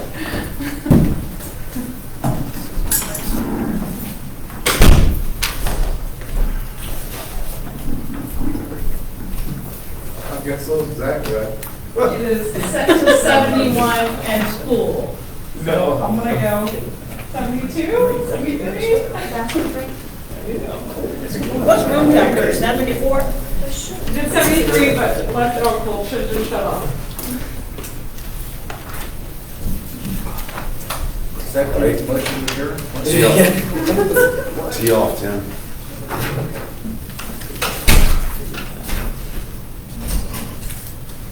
If you want to mention it, mention it when you call the we will reallocate to different project.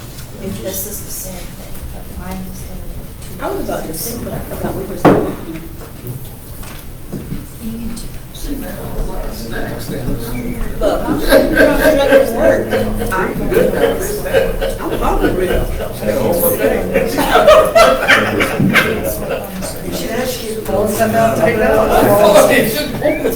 trying to do something just to read about it, like. The mayor did say. Pretty soon she's gonna try to grill us. Tim, if you're ready, Mary says. She said the mayor said. What? That's how we had a few minutes ago. If you're ready, you can go ahead. We can move to electric fund. I'm gonna go over the electric fund revenues. All the revenue projections been done with help of our engineering group, Booth and Associates. And basically, we are calculating that according to what been performed in fiscal year '23, looking at fiscal '24 and potential new connection of the electric residential and commercial to fiscal '25. Just to keep in mind, all of the services that we collect is basically been charged through purchase power. So the electricity itself is a resale. We do calculate the cost per kilowatt monthly, that getting approved by Public Service Commission. I'm not going to go line by line. We're going to go and look at service and material.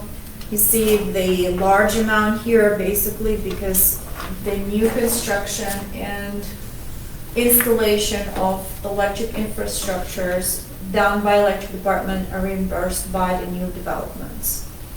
The 10 single phase transformers are $40,000. So Tim can explain it better if you would like to ask him any questions about anything that done by the electric department towards the either residential construction or commercial construction, if they're utilizing the transformers or equipment, or they're digging the primary line or secondary lines, installing the poles, or providing connection to electric services, then been billed through the invoicing by the town, and we receive the funds back to the electric fund. So those revenues are basically the revenues that the electric department operates on their own. They're not part of the purchase power as separate revenue funds. But they're all contingent on the projects, and they're all offset by the actual cost of equipment purchased and services done. There's a small amount for interest on delinquent accounts, basically for the utilities not being paid in time. Contribution from reserve, as you're familiar, it's a carry forward projects from fiscal '24 to fiscal '25.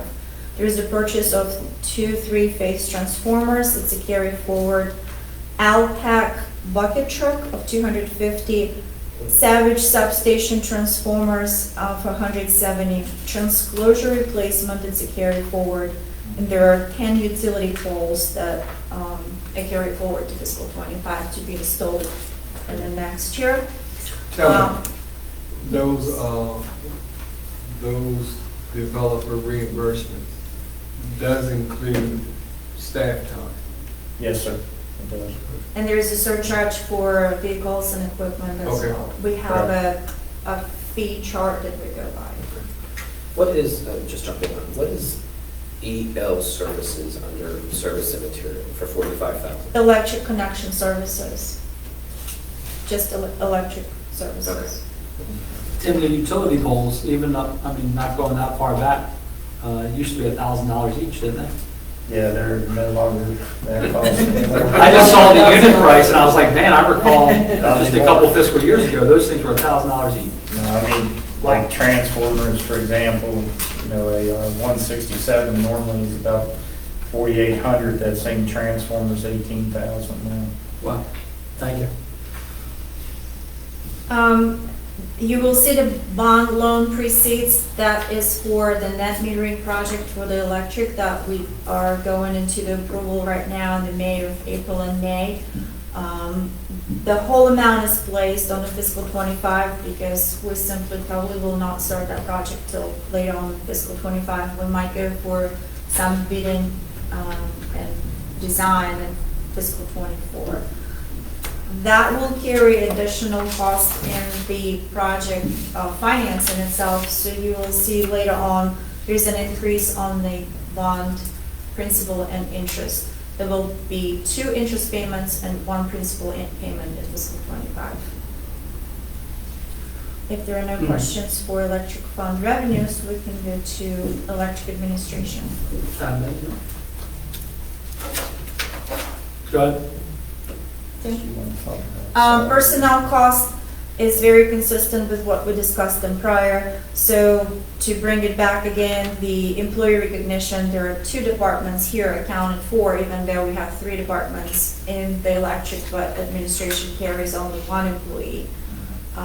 Also, I haven't mentioned in the past, but we have combined all the cell phone costs under administration. So you will see in the department cell phone reimbursement cost, not a reimbursement, I need to change that as simply cell phone cost.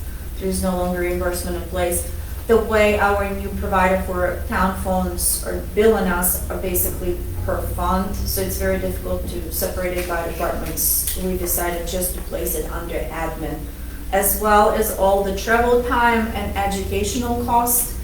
We don't allocate it per individual department, we simply combine under admin. So in water funds, water admin and sewer admin, electric admin have all this cost for the personnel covered under one department. So the only difference on that page, we have increased the professional services for rate study. That's an ongoing process. We're not near the completion, and my understanding it will require a lot more time. We're looking into so many details to recover several costs and look at the power cost in general. So hopefully we will finish that in fiscal 25. There is an increase in the rate study cost. And engineering electric matters, it's all the advisory that been provided by the Booth and Associates. There's new people on board, some people retired, so there is change in rates per hour.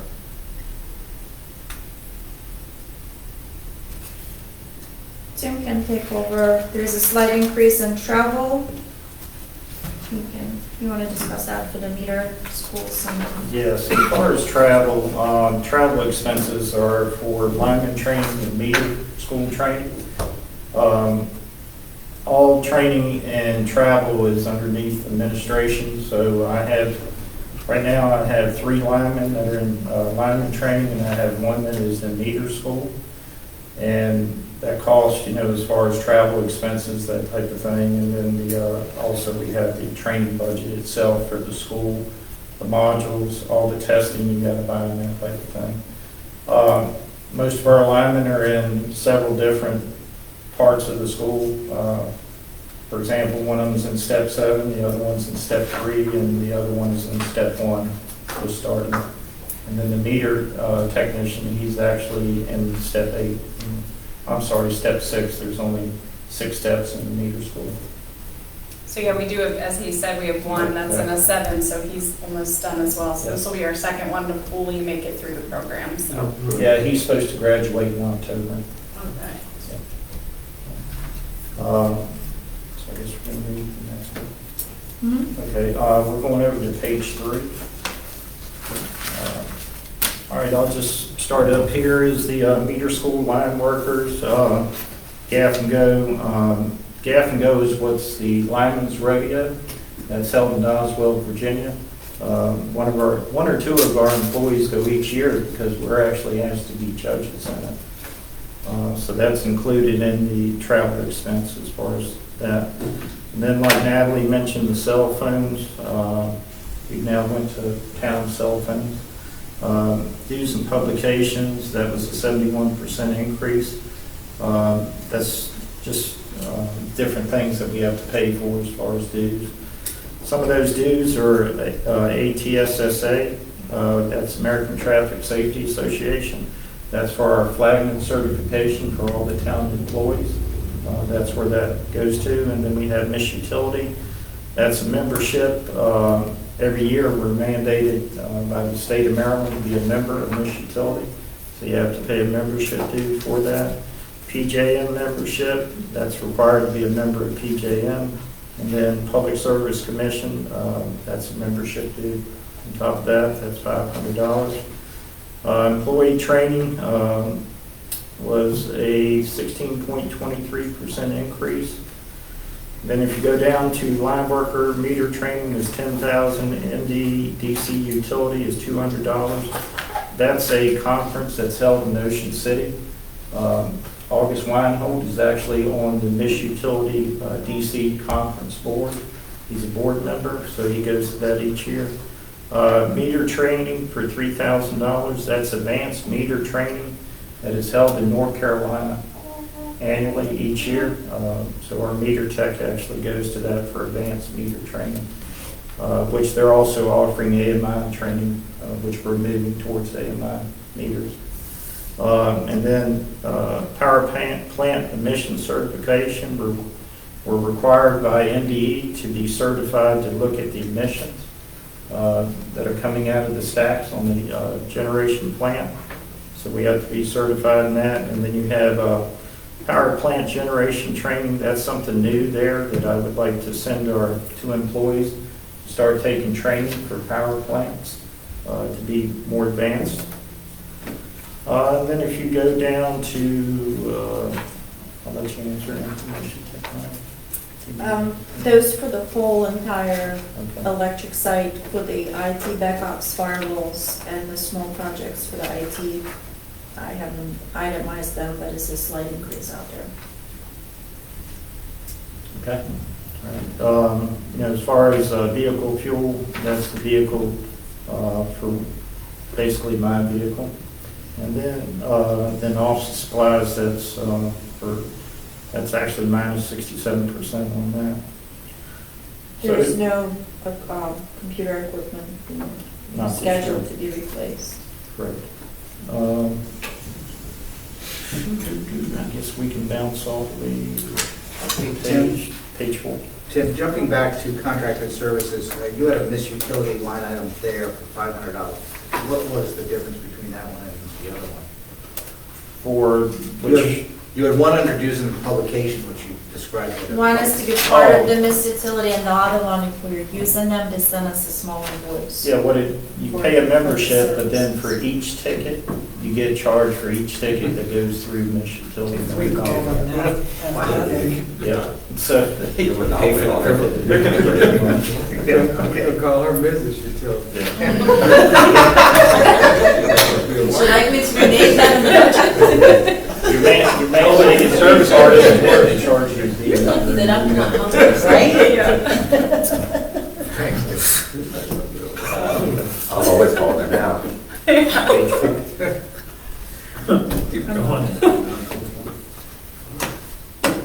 Page 4, I can finish the electric administration here. The electric assistant funds, that's $10,000 allocated each year. We are matching up to $10,000 for contributions to assist during the hardship months with electric payments. General overhead will be recalculated once I close general fund. Reimbursements and the customer service reimbursement, those are percentage allocated for the customer service. Bond principal and bond interest, the amount of that is an increase. I am taking into consideration the new bond amount up here. Again, that will be adjusted in May once we close on our new bond. That is all for electric administration. If you have any questions, if not, we can go to the power plant. Power plant. Power plant, I'm just looking at what different line items we have under the contracted services. Tim, you can go over the items that are not regular items, just like I got you. engine vibration, fuel line, fuel tank, that kind of stuff. Okay, all right. If you go down to the bottom of page 4, 5610, 5200, in there we just have several items that we're required to do, just like Natalie mentioned, for example, of engine vibration tests. We're actually mandated to do that by Legit, our insurance company. That's $4,000. Fuel line testing is actually mandated by the state of Maryland, NDE, so we're required to do that. You'll see in there fuel tank maintenance. That's actually money that's in there for the NDE special conditions, which we just talked about that a couple of weeks ago for the council meeting. That's to pay for all those things that NDE wants to be done on the tanks. And if you go to page 5, If I just go down through there, for example, real quick, generation maintenance, that's maintenance on the generators at the power line, power plant. Outside contractors, that's HVAC system, pest control, fire alarm system, that's 6,000. Power plant relay maintenance, that's 7,000, that's for maintaining the relay system at the power plant. And then we have rugs, shop towels, that type of thing for cleaning the engines. Transformer oil service, that's testing of the oil for preventive maintenance in the substation transformer.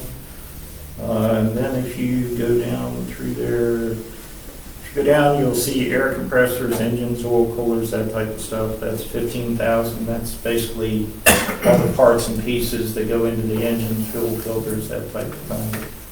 And then if you go down to power plant, fuel tank, sandblasting, painting, that's $50,000. If you remember, I think in 2024 or 23, we budgeted the money to do the exact same thing, but then we backed up and decided to use that money for the ultrasonic testing on the tanks to make sure the integrity was actually worth painting them. So this money is going to be used for that, to sandblast them, paint them, and it's also an MDE special conditions requirement for that to have them done. Substation fence, that's over at the power plant. There's a section of fence from the original fence, I guess when the plant was built. That fence is actually not up to code height-wise. So that, plus that section of fence is starting to basically fall down. So I have to have that replaced and brought up to code for the height for an electrical substation. That's $15,000 for that. And then if you go down through there, we have, like cell phones, dues, publications, that type of thing. And then you see power plant air quality permitting, that's $2,000. That's for the permit for the power plant. And then public service commission, that's basically $17,000. That's what you pay to do business with the Public Service Commission. That's the one you need to call Mrs. That's what you pay. This for utilities business jump income. change. Yeah, to them it is. Well, hopefully at some point we can get away. Yeah, that's the goal for this legislative session coming up. I know we just closed on the 2024, but in 2025, we'd like to, one, solidify the electric agreement with the 5 municipalities, and that's us, Easton, Vermont, Williamsport, and Hagerstown, thank you. And with that, approach the legislature about becoming member regulated for the utility, like the electric utilities. Sorry. So, Thank you. no problem. If you go down to 5631, diesel and natural gas fuel, that's for the power plant, you'll see a 16.43% increase. We actually get that calculation from Booth Associates. They look at our expenditures, look at the price of diesel fuel and natural gas, and that's where they come up with that number. So they actually assist us with deciding how much we need to budget for that. Lube oil, you see a decrease in that, which is a good thing. Chemicals, we're a decrease of 14% on chemicals. Cooling tower chemicals actually decreased from 7,000 to 6,000. And then if we go to page 6, yes. If you go down through there, you'll see RPS, purchase power fees. That was a 4.97% increase of $13,160. That's basically your RECs, your purchase of RECs that are required by the state of Maryland. And if, without the help of Brett Leininger, that would be double by now. Correct. So the position that the town took among the other 5 electric utilities 2 sessions ago, right, yielded this cost being about half of what it was projected. So, purchase power, Booth Associates helps with, figuring out what that calculation is. And they've actually calculated that there's going to be a 0.34% decrease in purchase power, which is about $10,000 on that. Overall, in the 5610, there will be a decrease of 2.45%, or 94,815 total for 5610. Tim, I just have- Yep, any questions for the power? Just have a quick question. If you go back to page 5, well, actually, 2 questions. Under the, well, on the top there, power plant relay maintenance. If I remember correctly, a fiscal year or two ago, we budgeted, I think there's a whole bunch of new relays for the plant. Is this the maintenance for them? Yes, you have to, basically periodically, you've got to have them tested to make sure they're doing what they're supposed to. Because if they're not doing what they're supposed to, it can cause a lot of damage. These relays actually protect the engines, and then they also protect the distribution system. So let's say, for example, there's some kind of power outage that occurs out in the field, and the engines are running. They're actually generating power into the distribution line. So say there's a major outage, a car hits a pole or something, and the wires are laying on top of it. The substation, that Savage substation breaker opened, well, those relays at the plant have to sense that opened, because if not, if the engines are running, they'll continue to keep running and pump power into the power line in reverse back to wherever the damage was. So these relays are basically a safety device for both the distribution system and the engine itself. So The brakes in your car, you have to test your brakes. Right. Yeah. So you basically have to have a person that's certified. They actually have to sign off on it, just like a structural engineer, for example. They have to be commissioned, that type of thing, so they're tested annually. Thank you. And then just real quick, the substation fence. Yes. This is a 100-foot section, which is a large section. I guess what I'm getting at, when you set up to code, are we slowly transitioning the existing fence into a bit of a more secure type of fence, given some? It is. It's the way it is right now. You have 3/4 of the fence that's at code. It's like 8 feet tall, and then it's got like wire on the top. That prevents people from crawling over top of it. Well, if you look at the right section, it's like a normal fence, chain link fence.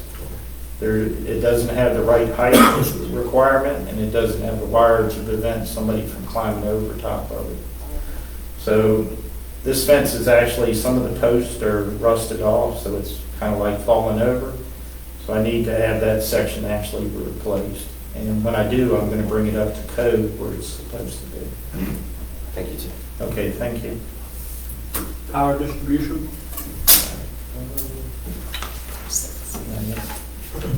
I think you go from contracted services. Again, we've talked about. I don't see any difference. You still have the same 7 employees, so power distribution.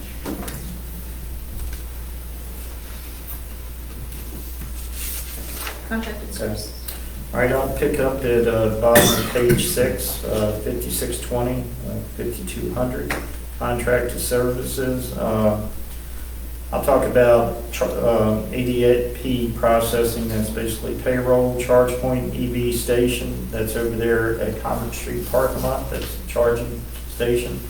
That is an annual lease of $2,400 annually that we have to pay to lease the equipment. The company maintains it and that type of thing. I'd like to make a comment about the charging station. We're going to be keeping an eye on it because for the past couple of months it's been sitting idle like 96% of the time. And now that the season's coming in with spring and summer, we're hoping to see an uptick. I get a report from the company monthly. It tells me how much usage there is on it. So we're hoping to see, an uptick in usage of it.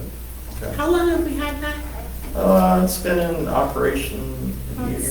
Less than a year? 8 months. It's less than a year. I would Less say than a about year. 7 So months. we've not really had a real season No. to really test it. That's what. It's probably 7, 8 months, somewhere in there. So we'll find out this spring and summer. I do see those EV charging signs on the highway though. Do you think we should talk to State Highway and like try to get one maybe on Route 50, like pointing into Berlin? It would be nice. I'll make the request. But I don't see them on Main Street, do you? They have an Easton. I know they do. The Oh, signs. it used to, yeah, I mean. The blue like- EV, they Yeah, look yeah. blue to me. But I'm They saying say like EV. in our town, I haven't seen it. No. No, there are no signs. 'Cause Okay, I was about to say, to Tim's I point, missed they utilize an app, but I think Yeah. that it'd be a nice thing if they Kinda help aren't them. looking at it, maybe it drives them into Berlin. Sure. Yeah. All right, thank you. DOT physicals were mandated to take our DOT physical for CDL driver license. We have the drug testing, which is normal, we do that. Electrical safety testing, that's $3,000. Our rubber gloves that we wear, our sleeves, that type of thing that protect our employees, they actually have to be tested every 6 months by a certified company to do that.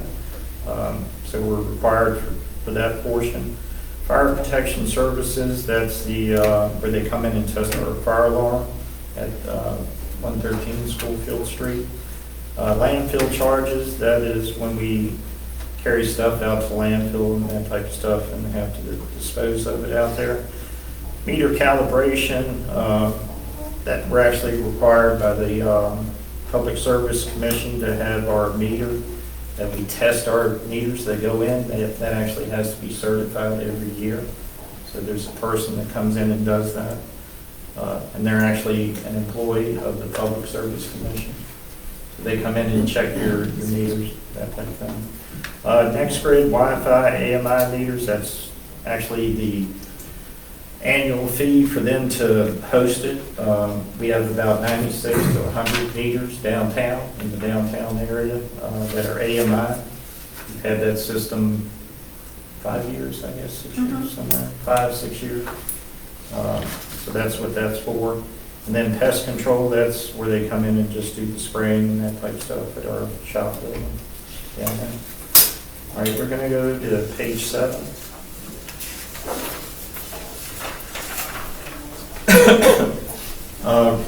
Rooftop solar energy, that is our solar system that's on top of both the buildings at Schoolfield Street. Transformer maintenance. That is the transformers down at our shop that we have to maintain and basically take care of them. That's $4,000. Tree trimmings, $3,000. Underground bore services, that's $20,000. We normally get reimbursed from that. Most of the underground directional boring that we do is for developers.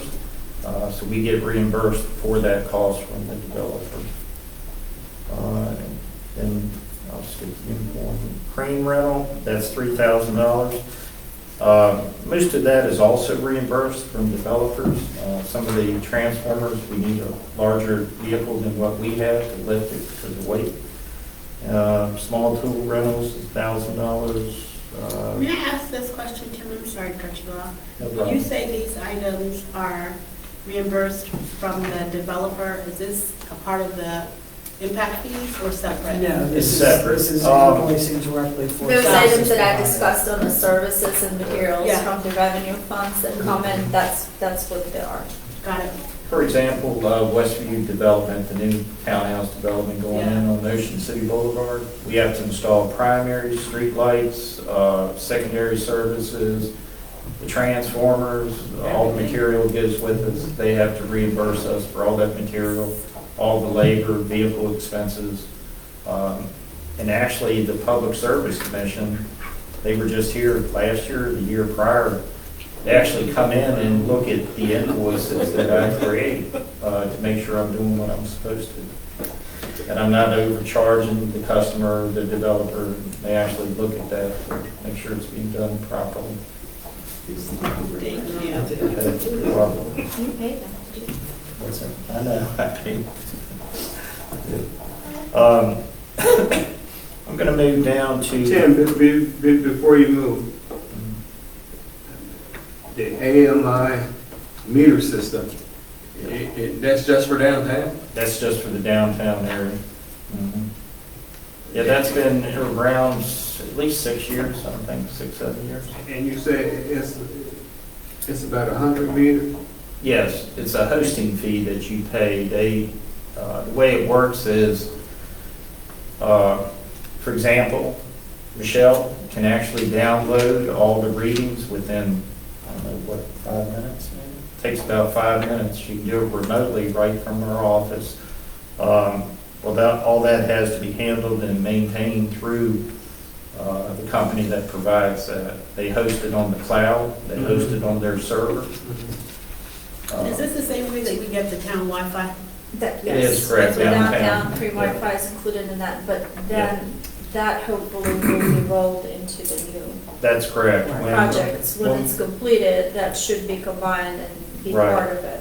Right, whenever we go totally AMI, basically that'll become part of the entire town. Whoever was to get that bid, the vendor, that would be also to take over the downtown meters that we already have. I hope we don't have, I hope we don't have data transfer problems like their format and the format we're gonna get. I hope all that. We should not. Good example is Chop Tank Electric, for example, or Delmarva Power. They've had AMI for, I don't know, at least 6, 7 years now.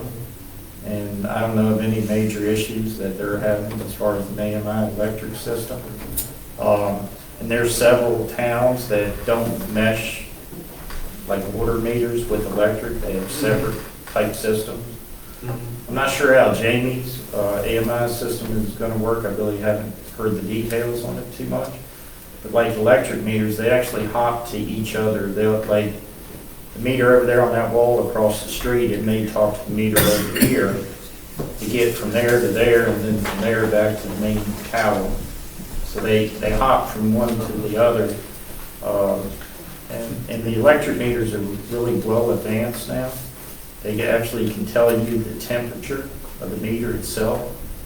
So let's say, for example, one of the meters is overheating. It'll actually send an alarm to us that tells us we need to go look at it because there's a potential hazard that's going to happen, that type of thing. My reference is to the problems we had when we first moved into Tyler and trying to get data from that other program we had. Yes. That was a concern. Yeah, whichever vendor that we decide to go to. Booth Associates is already in the middle of working on a RFP for the AMI meter system for electric. And that was one of the things that is required. It's got to mesh with Tyler. Yeah, good. Yep, so it should all work together, hopefully. Yep. Thanks, Tim. Okay, you're welcome. All right, I'm going to go down to 50. Capital projects. Right. Capital outlay, 52, 55, 113 Schofield Street, extending the pole barn. I'm asking for $60,000. I kind of got a ballpark figure from the vendor on what he thought it would cost. And what I want to do there is extend our pole barn about probably 40 feet, 60 feet longer. This is down to Schofield Street. There's already asphalt in that area, so we don't have to asphalt the floor underneath it. Extending the pole barn is just going to carry it down further to have more room to store the things. And part of the storage reason is Heron Park. We have stuff that is being stored over there in that building that's going to become the new public works facility. I need to move all that equipment over to 113 and I've got nowhere to put it. So this was the way to help to keep all that out of the weather and then also extend a little more to give us room to store material and wires and that type of stuff. So this will have to give you room for what's existing, a tiny bit of space to grow? Yes, ma'am. Thank you.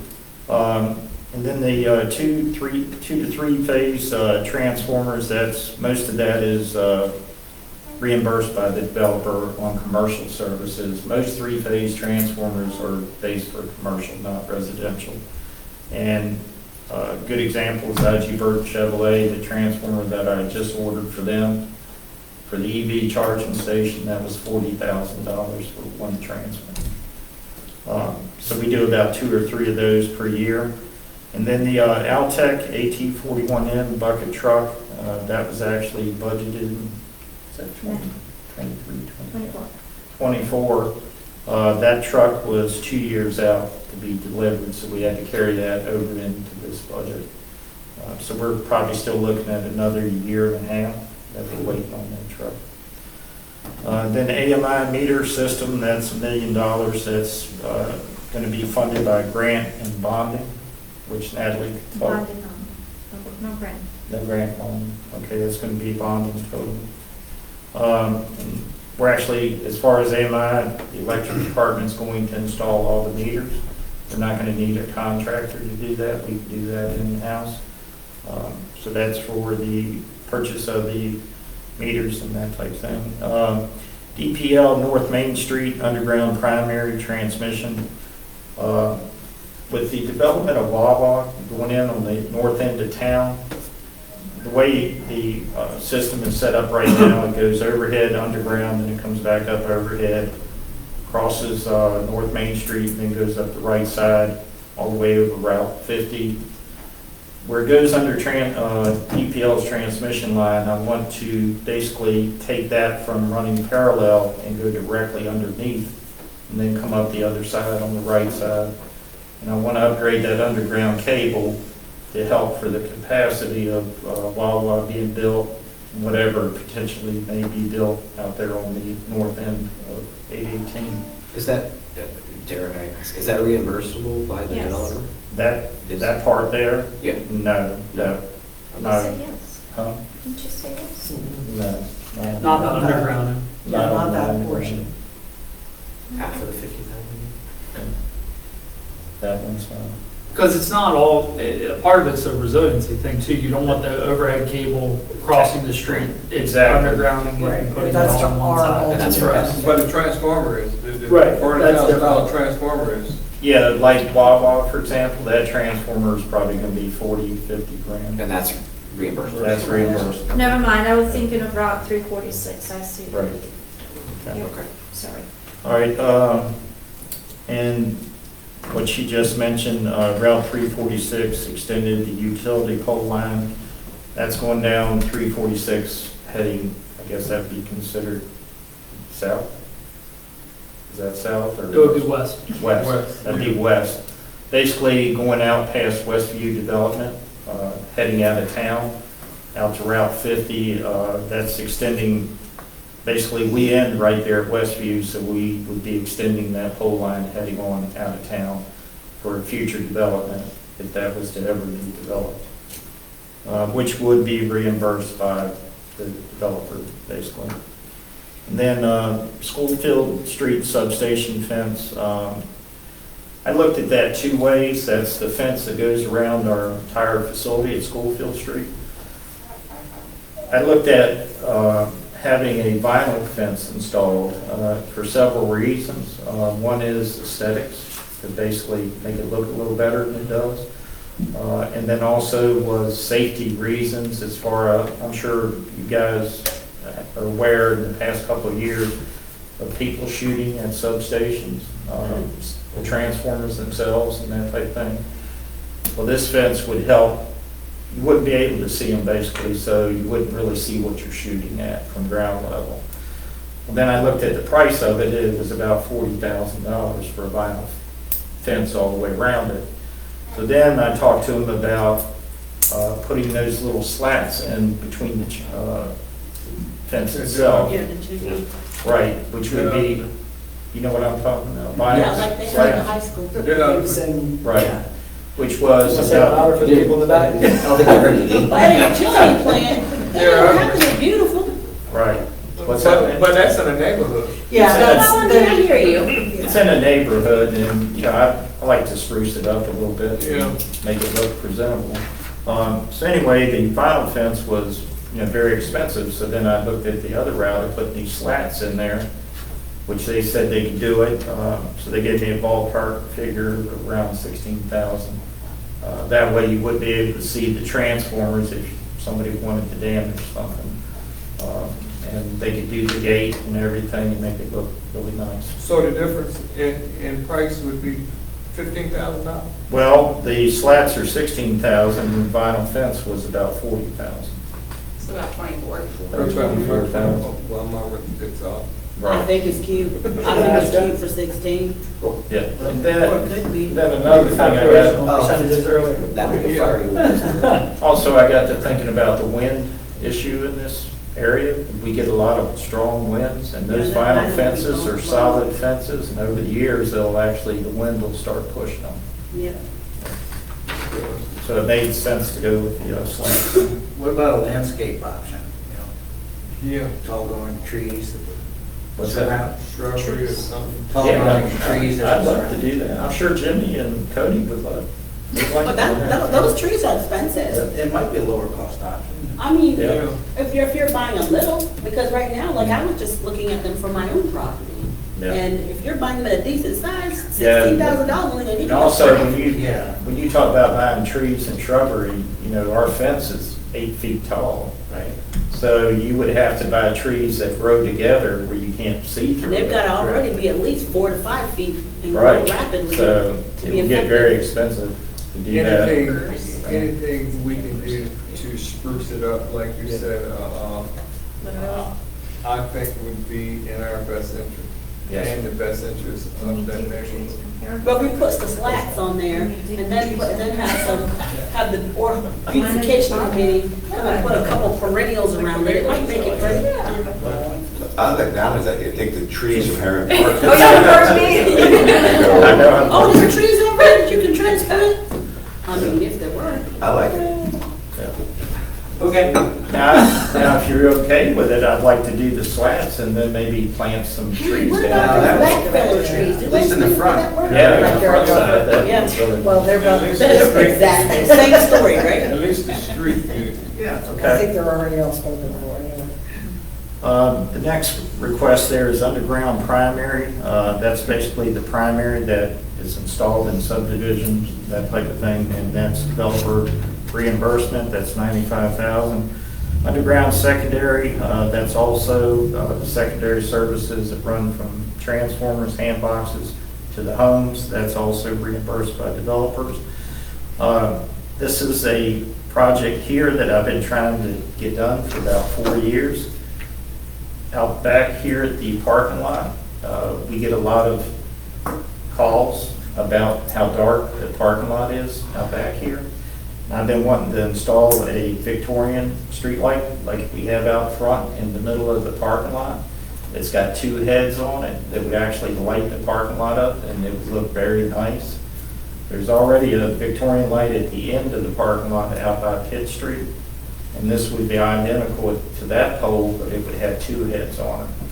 That way it would light up, one side of the parking lot and the other side also. So would you place that like in the middle of the parking spaces? Yeah, it would be in the center of like 2 parking spaces, but it would also have bollards in front of it where you couldn't back into it, damage it. Mm-hmm, that's the one thing I would think with all of this congested parking right here. Right, for all and this parking lot, like when we leave here at council meetings, it's dark, and when you walk out there, it's pretty dark in that parking lot. So it's definitely something I would like to do. That's $10,000 for that. And then if we go down to 5257, bucket truck safety testing. Our bucket trucks in Digger Derrick, they are mandated to be dielectric tested for us to use them on power lines, and they're also mandated to be structurally tested, that they won't break. So we have to have a company come in and do that testing to certify the vehicles. So that's $10,000 for that.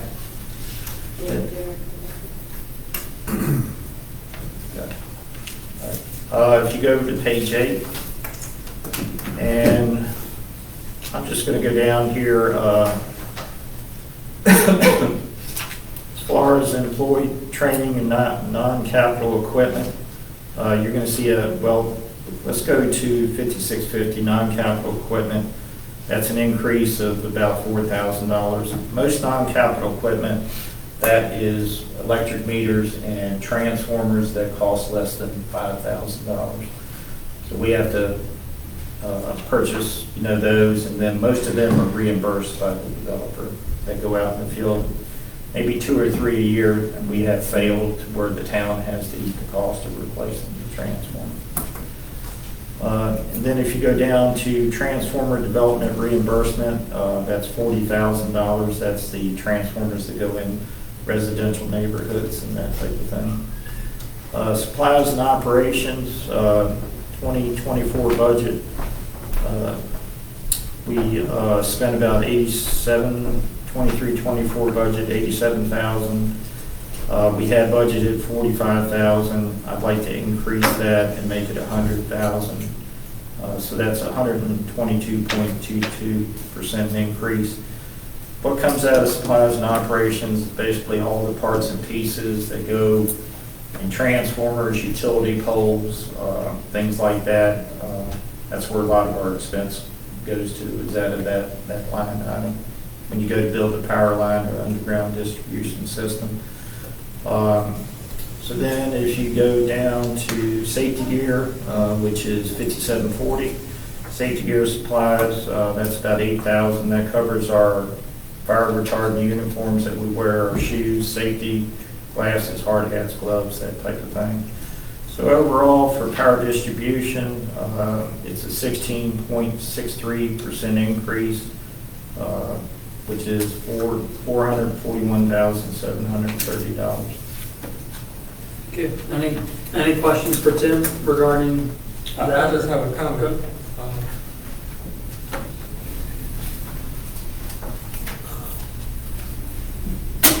When I think about the electric company, and I've been sitting on this council for a while, and Mary will probably know what I'm talking about when I say, boy, we've come a long way. Yeah, oh, absolutely. Yes. We have come a long way. Yes. That's the collaboration and work of all of us together, which is the mayor, the council, Booth Associates, becoming a member of AMP. That was a big change right there.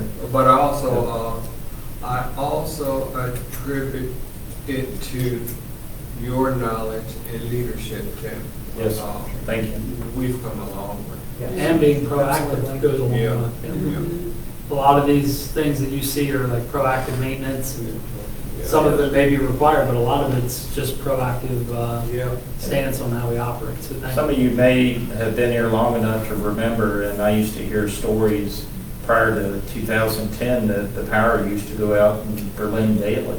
And that was one of the first things that I had to change right from the get-go. So I don't want to say we don't have any power outages at all, because something will change me.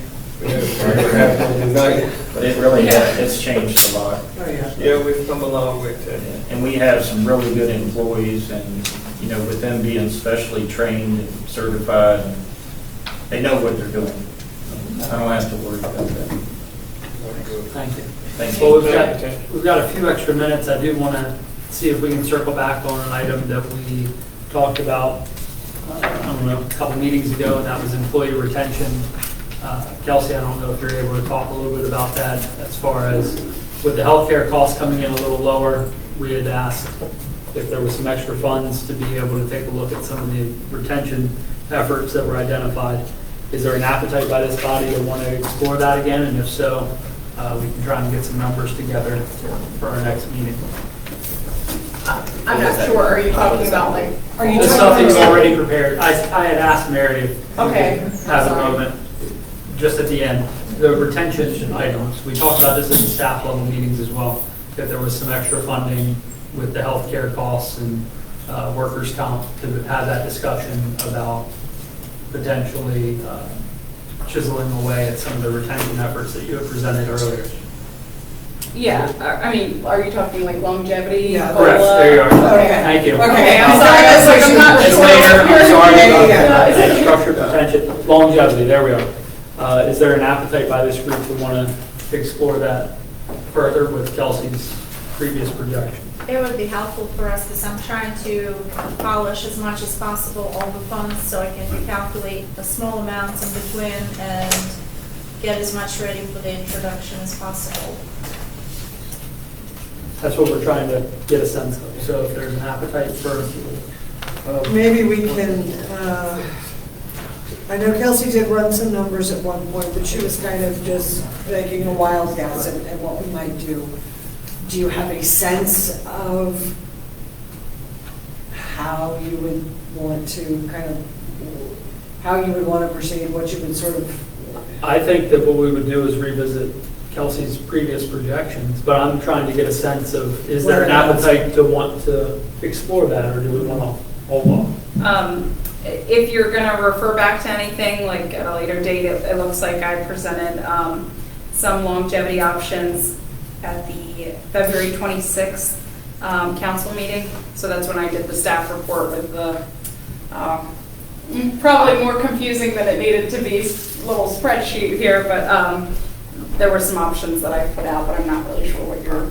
I don't want to close the door to anything, but I think I would personally prefer to get the solid healthcare and workman's comp numbers and review that document. I'm not asking for action, I'm just saying, do we want to have it as a revisit for? Well, I our next definitely, I would like to look at that, and as That's soon as we all get, it was. and get those numbers. I that can would be send it great. back out in the morning for review, just to make it easier to, take a look at it again. I think it's worth looking at again. So we'll have. I think what Natalie's able to present then next Monday can reflect what the expectation is for the healthcare related expenses, but she will not really be able to reflect that conversation. I think that what I'd like to see, if there's an appetite, is to put that into contingency and have that as a Okay. discussion item for our next meeting, but I didn't want to do that if the body didn't want to explore that further. So that's what I'm asking tonight, is there a sense to want to have that discussion again? If so, For me, I'm sorry, I just want to like that information and then have the discussion, and then see what, that's just me.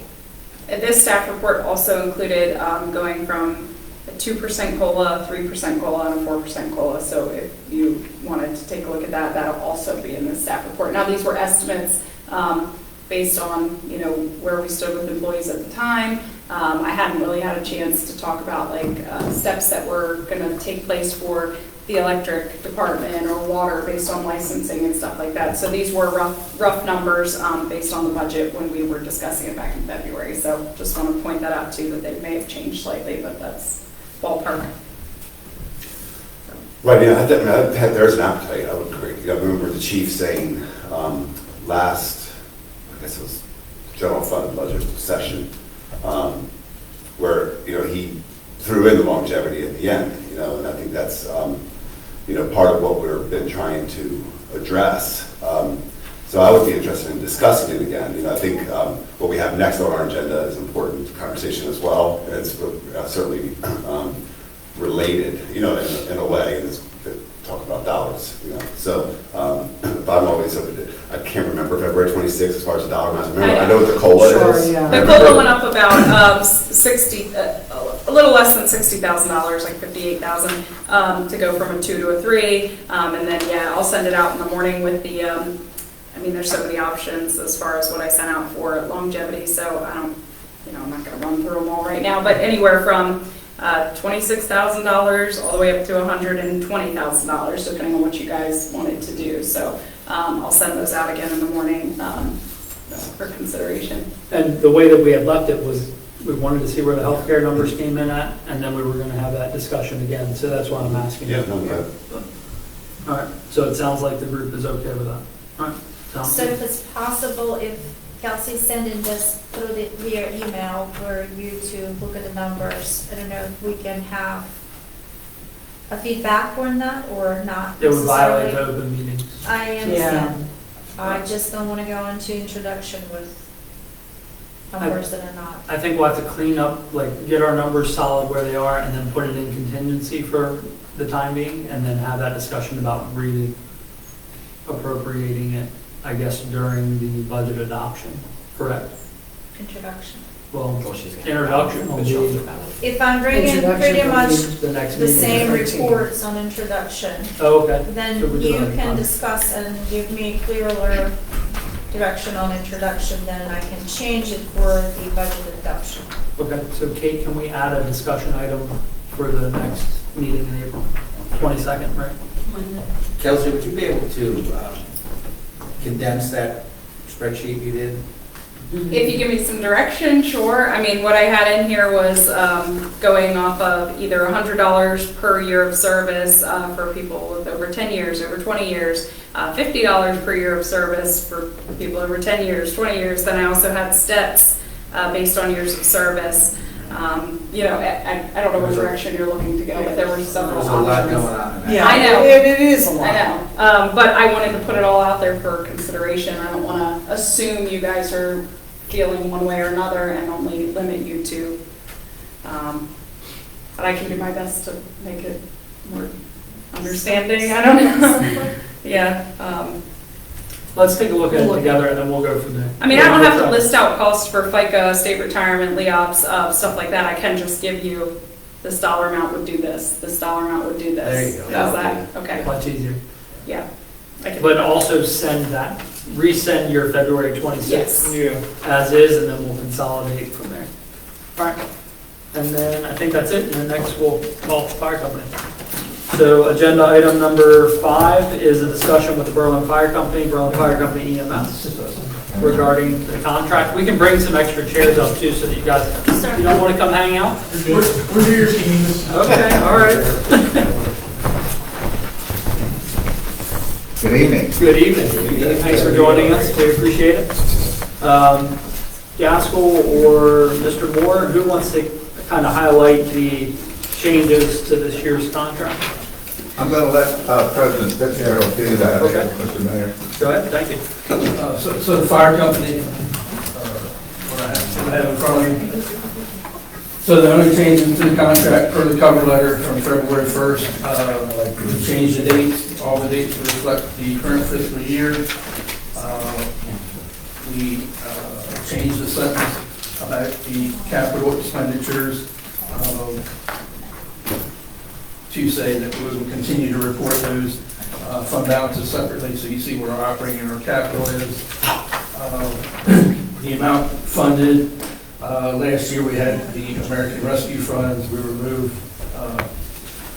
all that, and we just have the 200 for operating and the 150 for capital. Basically just changing the dates, putting the two amounts in and removing the American Rescue Funds. So, is this like a dialogue or a name? No, it's definitely a dialogue. You It's a just can't- discussion. you just can't vote Okay. tonight because it's a work session. So I just want to I just want to understand. And I don't have the draft general fund in front of me, but if I recall, what is in there tentatively for the fire, I'm only focusing on fire right now, is about $83,000 shy of the 200 for operating. Does that sound right about right? So, 100, department head requests 117,000 fire operating. And then there's a line item that says fire and EMS capital allocation of 15,000, which is from the LDC funding, correct? 15, yes, that's the capital Yeah. portion. So, Now, keep in mind, Just those fire. numbers they're plugged in using available funding and what we've done from historical matters. So that's how we arrived at the level of funding.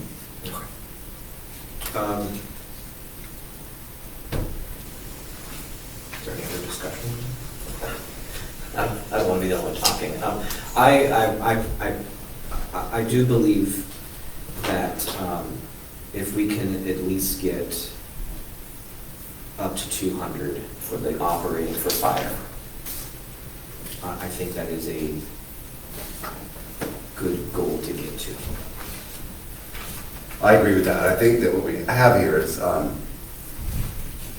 we've gone through every department budget, and in almost all cases, there's expenses that go up, and we know why. Personnel, certainly needs as well, as we clearly articulated. So, to me, the conversation should start at what it was last year. Now, I agree, I understand last year was unique in that there are ARPA funds used to get to the $200,000, correct? Yes. But I agree that that should be a starting point to try to get to $200,000 to meet the ask of the operating request. So I think maybe we can break it out a little bit. If we have, do we have agreement amongst the council to restore that to the $200,000 level? I agree totally. So that's $83,000 we'd have to come up with. Balance it out at 200,000, something I think we should definitely do. And then, Councilmember Green, you had said that the LDC 15,000 goes to the capital. That's what's in the, but that's what's in the plan, right? To the LDC, we can't. The LDC plan has $45,000, and it says over a 3-year period. So we recognize that those funds aren't on hand, but that they should come in. So the goal is to front fund each year $15,000 to equal the 45. So we would be pulling that out of the LIG reserve, basically, to be able to give them the $15,000 over 3 years. But what I just want to clarify is that 45 total, in whatever form, is for capital. Correct. It's for capital replacement of an ambulance. That's for EMS. Oh, that's fire. Yes. This is fire, sorry. No Okay. capital Okay. for fire. Okay. that was a point of clarification, I think, that we had in the budget. That's, apologies. Yeah, no, but it says fire and EMS, sorry, it says fire and EMS capital allocation, so it should be, moving down to Snow Hill, it was EMS, correct? There's a little detail underneath. It's just the general account We just run out of description. space. But EMS, oh, if yeah, If you okay. look down, it says. Thank you. That's always the issue, we just have very limited space. Yeah. Okay, so that's it. All right, so, well, I already said the 200,000. That was, So to increase the fire allocation by 83,000? yeah, for the draft, I think was 117, yeah. Now, Or is that right? Yes, sir. Is that you my math? hear the request, increase by 83 for fire in the general fund? Is it possible you will send an email to me? I With can, the yeah. request, so I have that as part of the budget change record.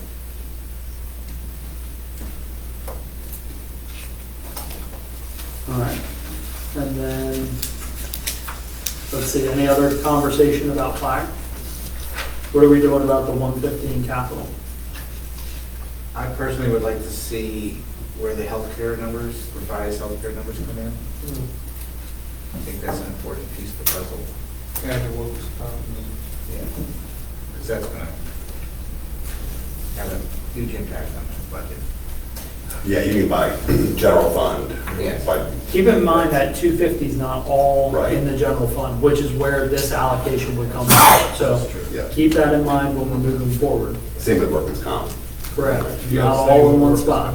So the increase of 83, are we discussing what funding is going to be allocated, or are we just going with the deficit then for the introduction? There's consensus to move up to by 83,000 to a full 200 for fire. There's not been a discussion about where, I think the.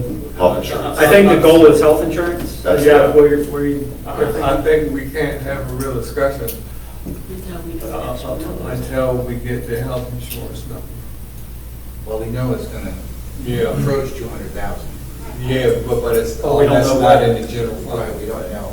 Yeah. So is the goal to go up by 83,000 if the budget allows? Or, Absolutely. because our discussion is going to be about what that looks like, and so Natalie doesn't have to run the numbers multiple times. Yeah. How far do we want to move that needle? Not higher than for a tax increase, or is that what you're? I'm pretty confident from what I heard tonight that the savings will be there from health insurance for the But general. to cover our base, I think the mayor's correct. we need to make sure the money is there. And what the stop is, that's what I'm trying to Yeah. understand, Yeah. like, how far are we going on that needle, right? Is it within available funds at the current tax rate? Is that what I'm hearing? Yes. For me, Okay. yes. For me, sorry. So the consensus is to go up by 83,000 on fire, but not to exceed the available tax rate. So we need to take a look and see what that looks like. We also need to keep a little bit in contingency. So, yeah, I don't think it needs to be 50,000, but we do need to have something there. Do you want Natalie to show you a budget using tonight's conversation as a basis? Show you a budget with the reflected adjustments for healthcare and other insurance, as well as the reflected 83,000, and then put the remainder in contingency? Or do you want her to show an unbalanced budget at the end? No, Okay, I didn't think so. Not unbalanced. But just so Or then past show that. whatever the difference is as a contingency. Correct. You have also asked Kelsey to submit the paperwork calculations for other HR point Right. for the longevity and everything. So is that considered first or the 83 considered first? For me, I think this is considered first. The 83,000 Yeah. considered above the employee's longevity? Well, Well, but but taking a that's, huge steps with the employees already, so.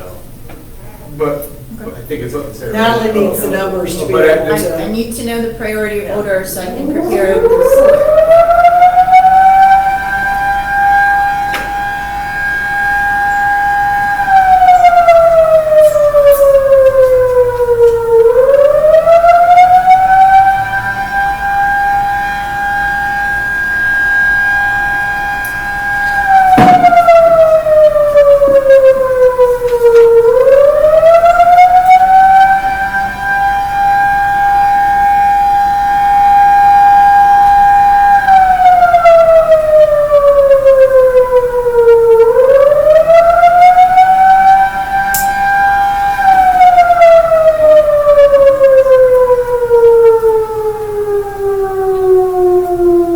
So I don't look at it as putting one over the other.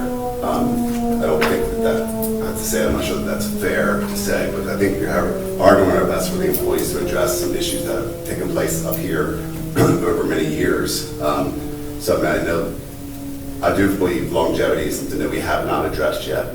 And I think that has been a goal of mine for sure. But I believe that a step in a 2% COLA is a nice contribution to our employees. I don't look at it as one or the other. I don't like to prioritize one over the other. But I feel like the funds for what we heard tonight are going to be there to address fire and hopefully to address longevity as well. Tell me what the stepping grade is for the EMS. What you have planned? A step and a COLA based on an average, 3%, because Mayor Council is proposing 2%, and Worcester County is proposing 4%. So we always average the two because we get income from both. And we also have to look at competitive from what's in the county. I've talked to other departments, what are they doing? And of course, as I say 100 times, we cannot keep up with collective bargaining there in the city, but we have to stay, we can't fall behind. So that's the EMS budget, not the fire budget. So the EMS budget is their step, whatever step they're doing. Some employees aren't doing any step. And the 3% cost Are of your it. steps based on a percentage each time, or does Yes. that vary? It varies, and I've sent the chart numerous times. I've sent it again after last meeting. I don't have it from me because I only brought So contracts. for the first 5 years, the steps are greater, and then it kind of levels out. Kind of levels off, and then also Winds down. it winds down at the end of the year. So again, we do have employees that are only going to get the cost of living. They will not get a step because they're not due. So not all of our employees are due for a step. And penny on the tax rate will generate 55, 55,000. approximately, yes. You know, fellas, and a penny on $400,000 of assessed value would increase $40. Yes. You know, fellas,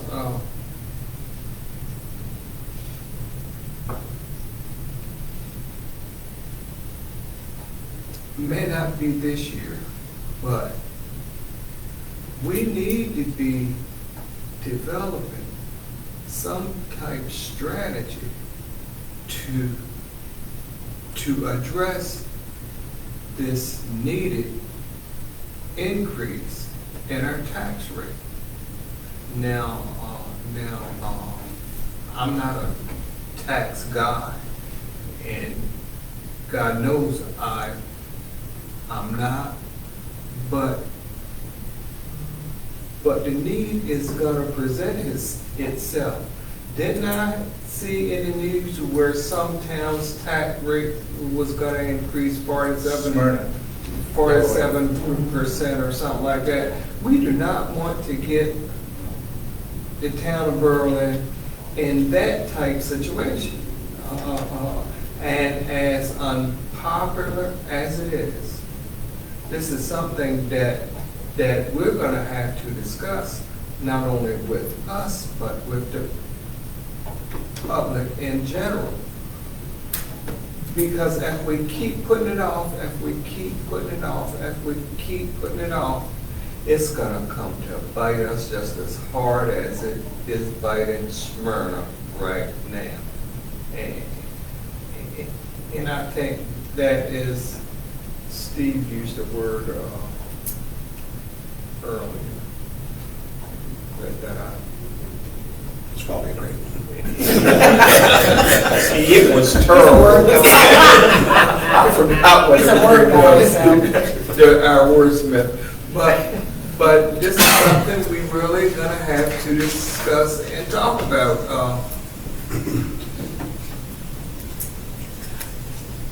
If we did a penny every other year, or 2 cents every other year, it would put us in a better situation and avoid not having to say, hey, this year we have to increase our tax rate by 15 cents or some ridiculous number. And we plan for everything else. And we have strategies for everything else.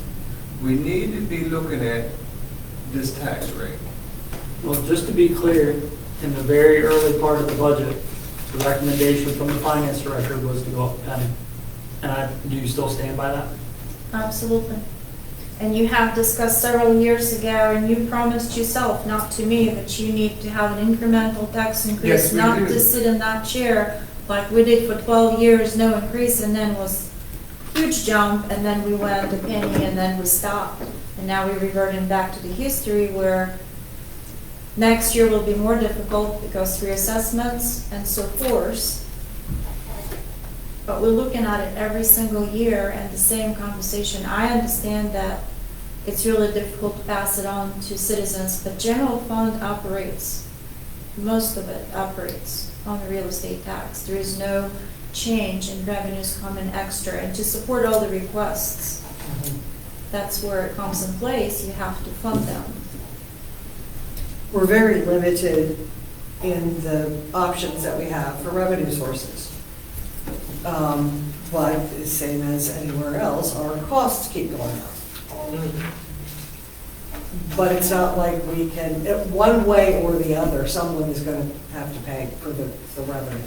We either pass it along to the citizens and businesses in the form of fees or taxes, or in the form of property taxes. We're not going to balance the budget with speed camera tickets. You know, we look at the revenue sources that we can, but the reality is they're limited, and they're not going to produce significant sums of money enough to make the difference. And as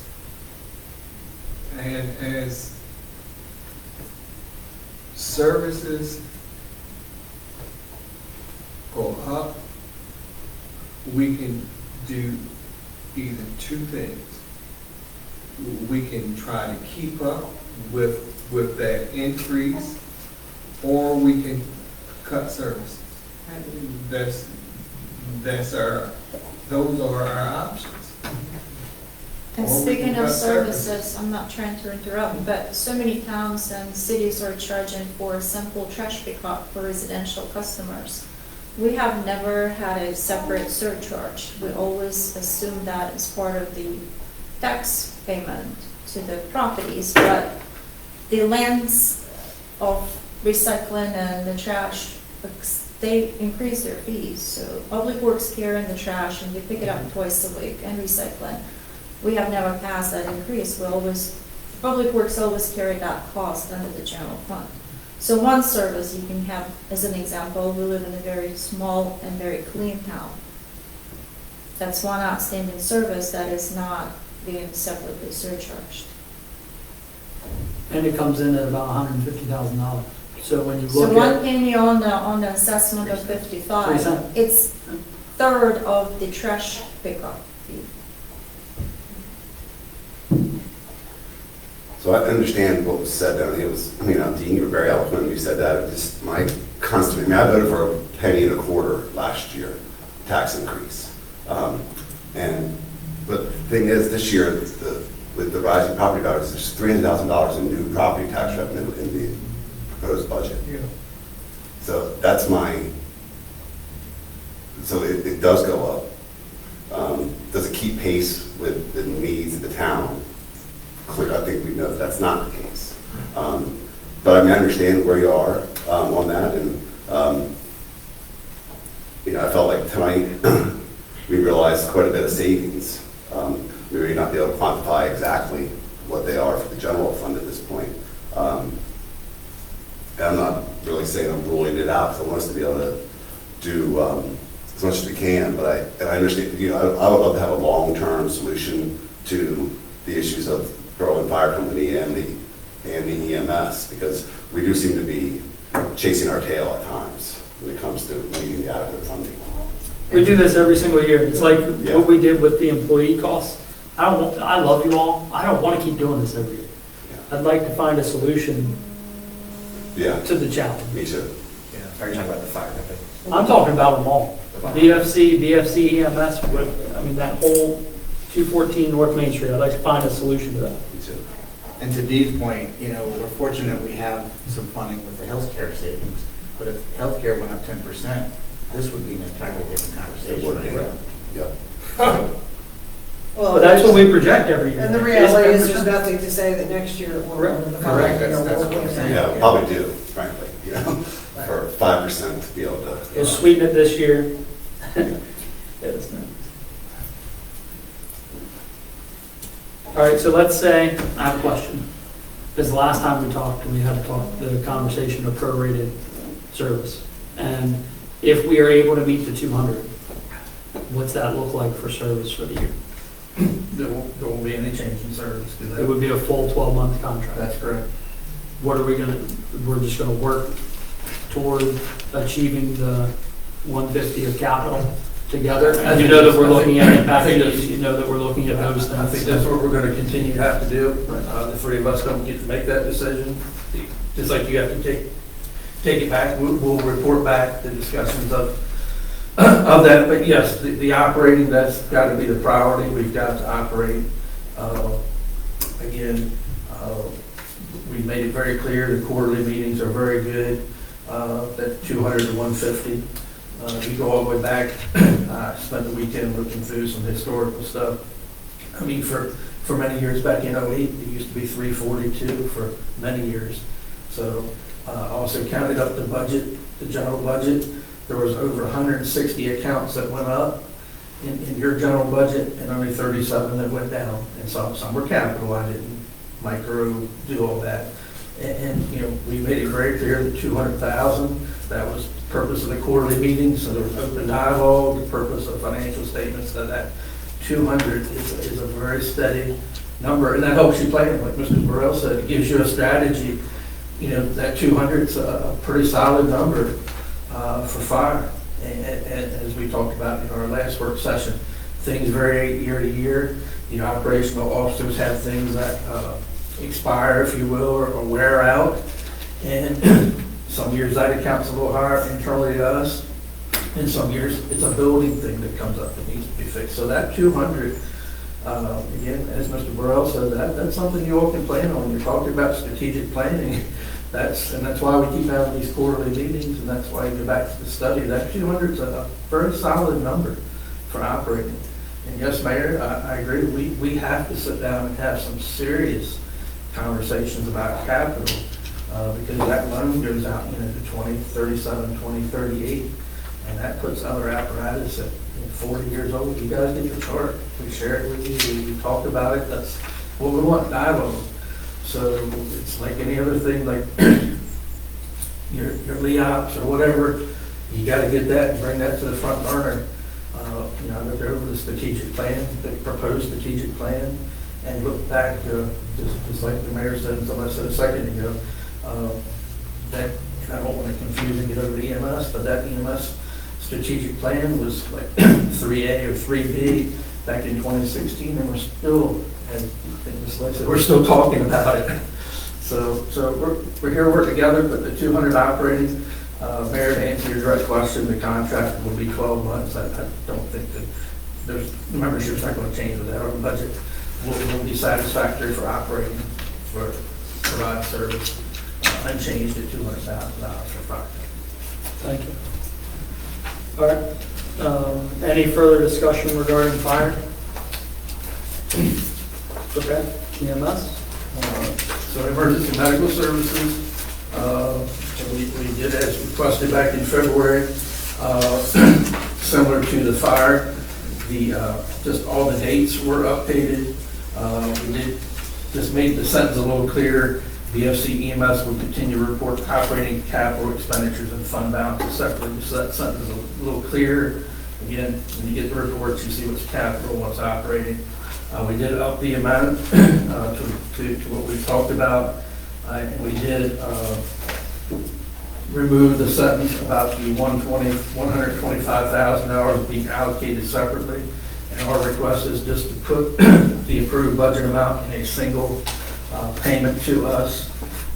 So we do not have to, again, I think Ms. Lay or Ms. Baldwin said very simple on your side. You're just looking at the invoice, write the check. But for us to generate the invoice and the required backup material to show that the invoice is accurate does take some time, because these employees that work 24-hour shifts, they trade, they take off. Got to make sure we've got an accurate invoice. And you guys don't fund a line item budget, so you fund us. So if we just put that together, just administratively, that's a lot better. Yeah, I think, and I can't speak for you up there or Mr. Gaskell, but in the contract it does say, 4 people, and it does say part of our contractual obligation, if we don't have 4 people there, when we give our quarterly report, we have to report that to you. So that's your assurance, again, that we have the people there that we're supposed to have, the 2 EMTs and 2 paramedics. If not, we will at the report tell you why and how many hours and why we did it. How does the body feel about the change to the contract, pulling or lumping in the 125? I know we talked about it in our last meeting. I know the finance director provided some input about what level of work it takes for us. Do you want to reiterate any of that? Or, okay. Natalie and I have discussed it, and I think from the It perspective doesn't take of much work releasing the from funds. us. Okay. Yeah. How does the group feel? George? And the reason we're doing this, we can't talk about this in executive, you all know that, but just for the public. So that's why we're trying to get these things finalized so that we're good to go. You can add a line in your contract as to amount allocated towards the personnel. We can cut one check, it's not a problem, but if you would like to track it, what you started in the past year, go with it the same description. I mean, Well, that if depends. it's personnel cost, it's personnel cost, so it's not gonna be utilized for capital or something else, or it's operational cost. I think it's important to be specific. For us to cut one check versus 205, it doesn't take much time as well. We can do as many checks as possible. So my question would go to you, David.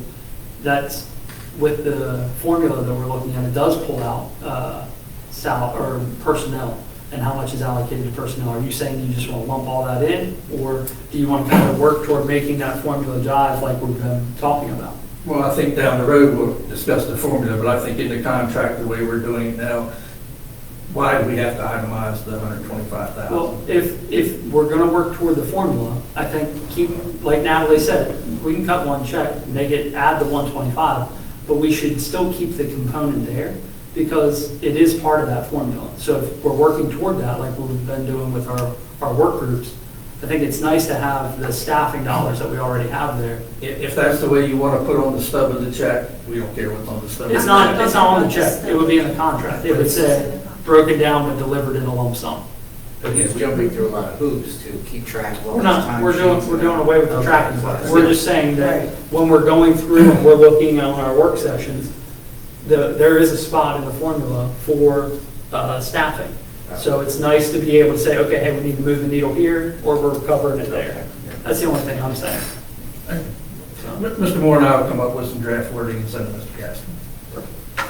So the number 2 under the financial terms for the EMS, I think that we are going to have to reword that because I assume this is referring to the 45,000 in the LDC that is now a through payment operation. So Number 2 is going to have to be changed to 15,000 instead of 52.5, if that's what you are approving.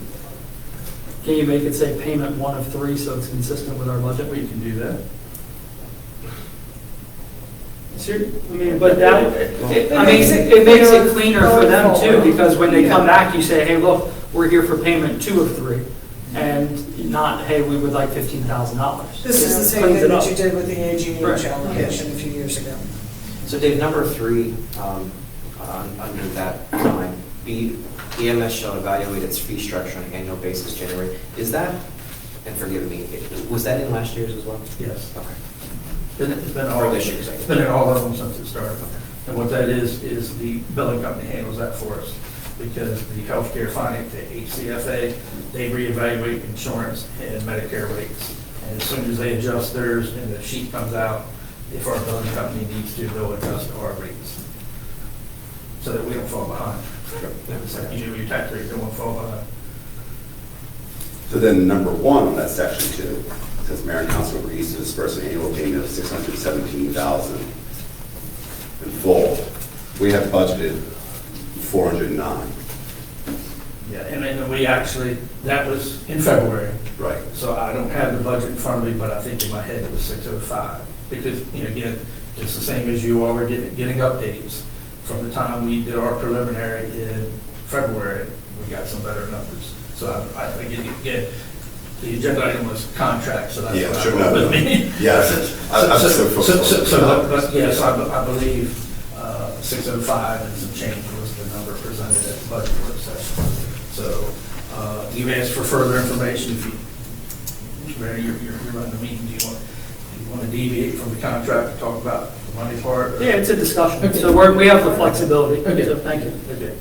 But you asked for additional information. The employment committee sat down and met. We provided you the information of why that increase, where it is, and it's, again, you see the proposed salary and benefits of that EMS supervisor's position and the other benefits to make sure we have training and all that things we need. 93% of the budget, again, operating budget is personnel. Again, that's something you all need to plan for. If you come back with another number, like we do every year, I went back and looked at my notes. Usually there's a letter dated in May, and we tell you what operational changes have to be made for the number that you're telling us. But, at some point, we've got to, as Mr. Burrell said, we've got to get there. It's either one or two things. we find a way to generate more revenue. I've been on the phone with the billing company, we're at the rates we need to be, the collections are where they need to be, there's nothing else that they can look for, that they see in their professional opinion, and they, like the guy said, he said, I've had this conversation 80 times with all my clients. They do a good job of where the rates are, where they should be, the collections, and then we send our bills over to collection. So then we have to look to either the county government or the town government to help us balance the budget to provide the service that we're saying, which is 2 paramedics and 2 EMTs. So, we can give an update in May as to what, just like anybody else would tell you, blacktop guy, if you tell him you're paying this, he's going to tell you how many miles he can blacktop. So we'll tell you what impacts that may be. And, we're not threatening cutting off like we said last meeting, it's just, as Mr. Burrow said, the services. Will we have 8 people there 365 days? I don't know. We'll have to go back and sit and really figure out if there's a different number coming back to us. Dave, I have EMS folk, I have a general question, I think it's budget related, but not particularly related right now to this budget. When I was looking on the town's website on that graph that we put up a year or 2 ago, it seems that around fiscal year early 10s, the financial focus seemed to shift from fire over to EMS, meaning more money was being allocated apparently to one side and then up to the other side. Does that sound like accurate? Well, some of those charts are not accurate because it says the money was mixed, but the money was never mixed. There's like 4 years. And then also you have to realize, you have to go back, and I can probably go find some old boxes when the employees were being paid through the town. That showed up really in the town budget. There wasn't a check written to us. The town burned through the town's money first. So that's why the numbers are so low, because there was very little money coming to the fire EMS, if any. I'll just make a number up. The town allocated $200,000 for emergency medical services. They paid the employees and paid the employees and paid the employees and paid the employees. And then Miss Diane, when she was a finance person, she'd call and say, "Hey, we're out of the $200,000. I'm going to keep writing the paychecks to employees, but now you need to bring a check to us." So those charts are accurate in a way, but they don't show the whole picture. You'd have to go back and start pulling town budgets in the old financial records and see actually what the numbers were. But to also answer your question, at least in the past several fiscal years, that separation of funds has really been the fire company. We say, this is the available funding, how do you want it separated? Now we're working toward a formula-driven system. So. And I think the high in EMS, if I recall, was like $419,000 in 2008, and now we're down lower than that. We're at 208. So overall, we're down everywhere because we used to be 342 for fire, and now we're down to 200. I think in 2018 we were at 419,000, if my memory is correct, for EMS, and now we're down to 409. So. You're down. Sorry, sir. They go down. It has, funding has changed. Yes, sir. Yeah. Has changed, yes. Yeah, funding has changed. So I know you guys have to get your totals and see where you are, and we understand that. We try to give you the information that you asked for. 605, I think, is the number. We showed you what the number was for the employee supervisor, if we're not able to get that. But our employment committee, it is a priority. You've got 16 full-time people up there. 2 of them are in the back, and myself and 2 more officers, 5 of us do an admirable job supervising those people. But if you had 16 town employees, you wouldn't have one of you guys supervising. You'd have a paid supervisor. And gals, I'm sorry, I apologize.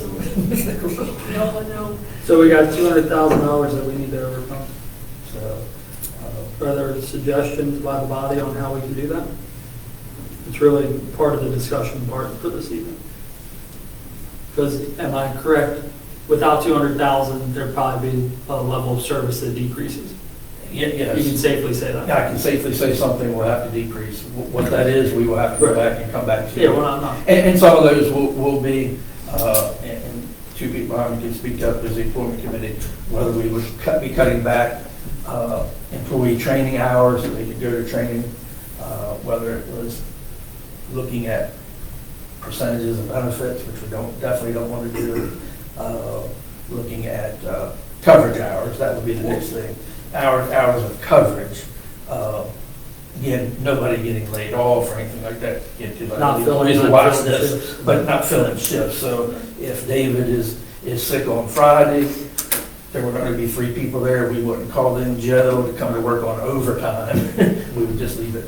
We may, and I want to say may, because again, we don't know, because you got to finish up yours, and we have to go back, with the numbers and really crunch that.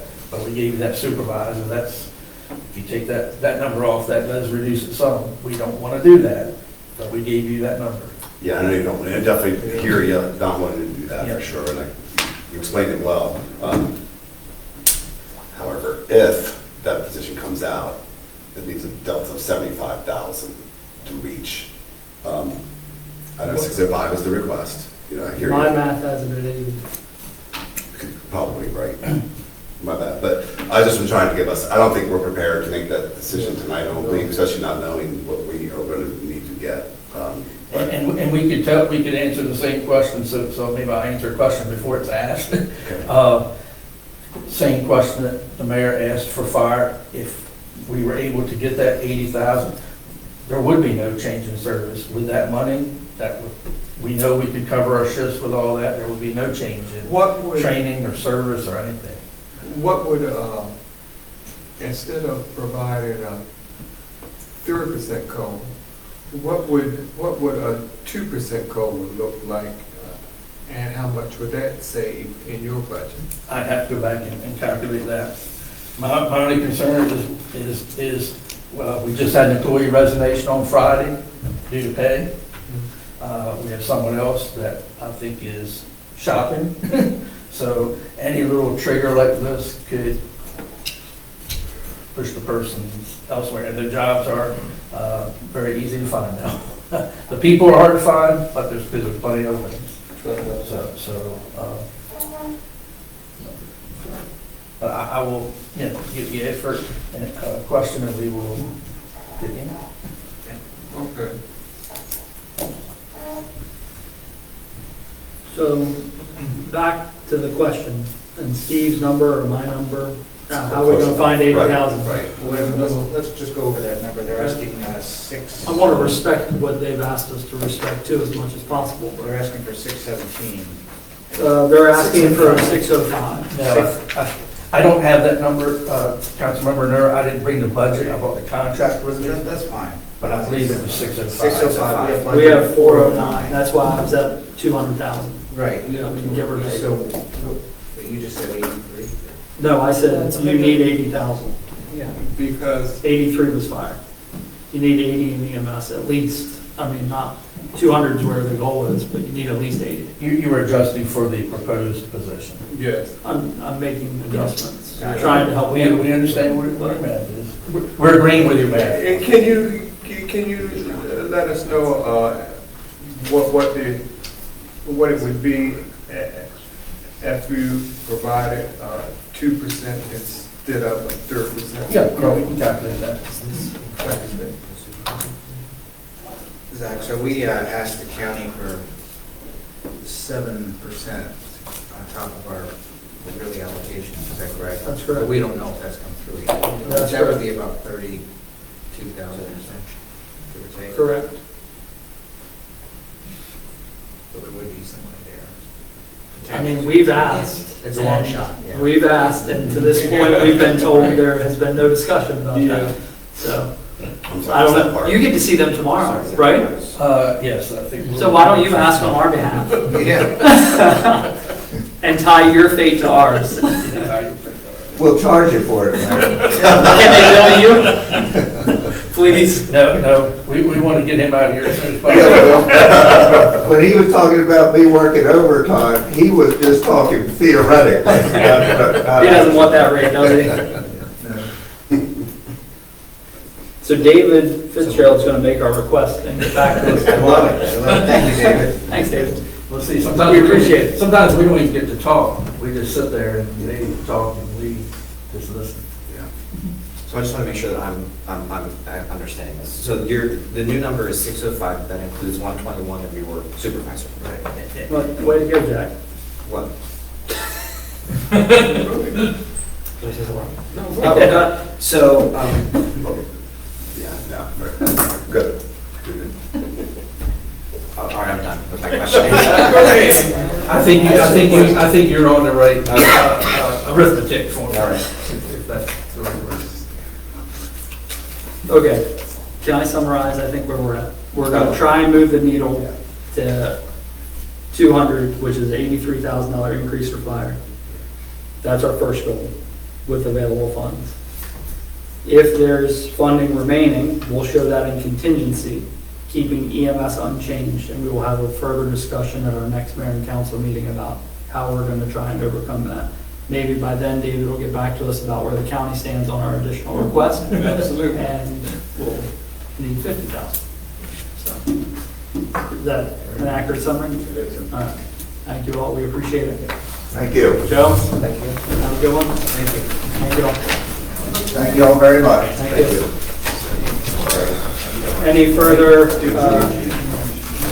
Any further questions or comments? Actually, let's go over comments from the council. We'll start with Councilmember Nichols. I'm good. Councilmember Nichols? Okay. Vice President Burrell? I don't have a thing to say, but overcoming this deficit with the fire department request, I think it would be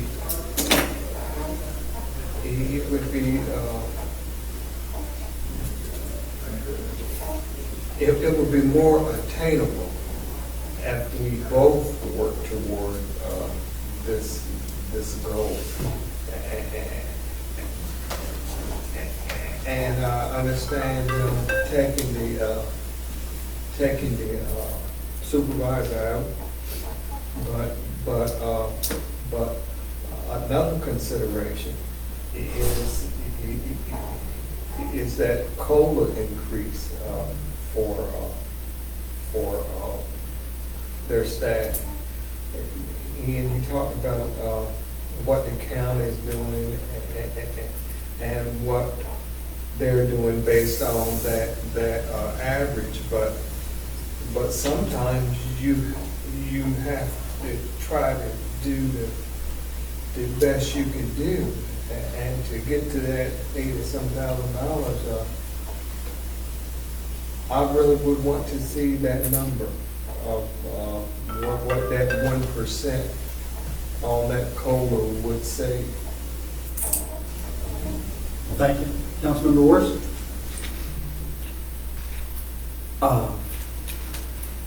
Yeah, I know what I want to say, but I don't know how it's going to come out. Well, I never So, know that. so yeah.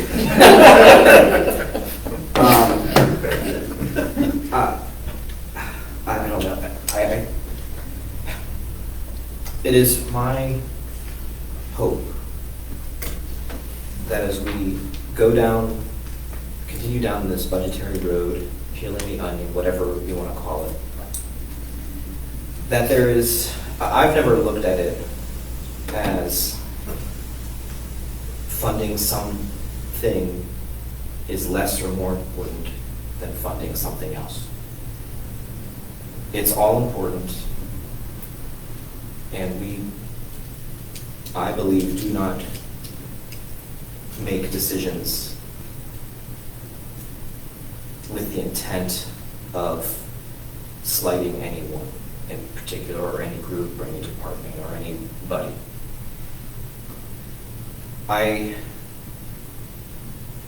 believe, and I know, that we are up here looking out for everybody that we are in, that is under our stewardship as elected officials.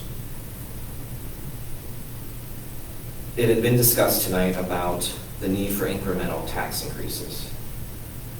Believe it or not, that term, incremental tax increase, I do agree with. I think that the majority of our residents understand the need for such an occasion. I think the pivotal word in that phrase is incremental. In the 3 years that some of us have been up here, taxes have gone up twice, and fees have gone up in a year, in one of those years. Tonight we had a discussion that was very important, very fruitful, very good for going on 3.5 hours. A lot of the tail end of this discussion was ideas on what to do with potential, I'll say, I don't want to say surplus, but with potential revenue that we had that was over budgeted. So I don't want anyone to leave thinking that we up here, at least speaking for myself, are not looking out for everyone in the bucket of town of Berlin. I am personally waiting to see what these numbers are, which is why I mentioned I'm open to the discussion of longevity, important. I want to see these numbers because it also affects what we can do for the fire and EMS. Also important. And that's how I'll end it. Thank you. Thank you. Councilmember Green. So well said, Jack. I think, to me, it's just about, this job is about balance, and it's what you bring to it, and it's, I think a lot of tonight was great news, personally. I think the fact of the savings, no numbers, just we know that the health insurance is going to go up, we think 2%. And the fact that we're not passing that on to our employees is a great thing. And I heard it was said today that it's, no health insurance increase has been passed on to employees for 5 years. I mean, that's something really to be proud of. I mean, that is, Zach Hall said it was quite a story. That is a great story. Whenever Maybe somebody will write about it. Right. Yes. And it is a great story, and I think that is something, I know I was thrilled to hear that because I know the private sector, that those health insurance premiums are not that. So that's great news. I'm sure it speaks to our group plan, and workers' compensation as well. But there were even some other things, with the MDE grant/loan, $2.1 million compensation as well. But there were even some other things, with the MDE grant/loan, $2.1 million. I mean, kudos to the town of Berlin and the staff and the consultant that put that forward. I mean, that's talk about addressing aging infrastructure, and then the capital projects. And I did make a list because there's. I hope Wednesday night we can hopefully bring this up. And in the budget, there's paving for Flower, Maple, Elizabeth, Shaw Street. I think that is huge, and that's infrastructure improvements that go with that. So I'm really just coming down to become to the fire, and of course, it does seem to take the wind out of our sails a little bit, but I also believe that it's just part of what we have here. We have departments that we contract with to protect our citizens, protect our infrastructure, and there is a cost to that. So I do hope that the fire budget will stay at 200, and then once we see everything that comes down, on longevity, that's been, I think, the thorn in the side of us throughout this whole process of reviewing our payroll and compensation packages. It's how to address that. It's a challenge, and I'm looking forward to reviewing Kelsey's report again and looking into that. I think that there were more positives than negatives tonight, and thanks to everyone who put the work into it. Thank you. Up next, comments from the mayor. I want to say the same thing I said during the general fund budget work session. Thank you to all of our department heads. Natalie, it's a huge lift on your department. Utility funds are probably, they are bigger than the general fund, so good But job. they're easier to lift. Yes, they are, but good job, great work to you and Jamie and Tim. Now, on longevity, I want to make sure that we're clear. The reason I brought that up, one, because we all said as a group that following healthcare, we would bring that up. Two, and it's not to pit anyone against one another. I know we've done a good job of addressing that this evening. It's because I hear it time and time again. The employees are always talking about, okay, we've done a good job with PayPoint HR. Where do we stand on longevity? Whether it's the staff meetings, whether it's one-on-one interactions or small group interactions. I know you hear the same thing, Mary, and so does Kelsey, and I'm sure over in finance as well. So that's why I wanted to bring it up.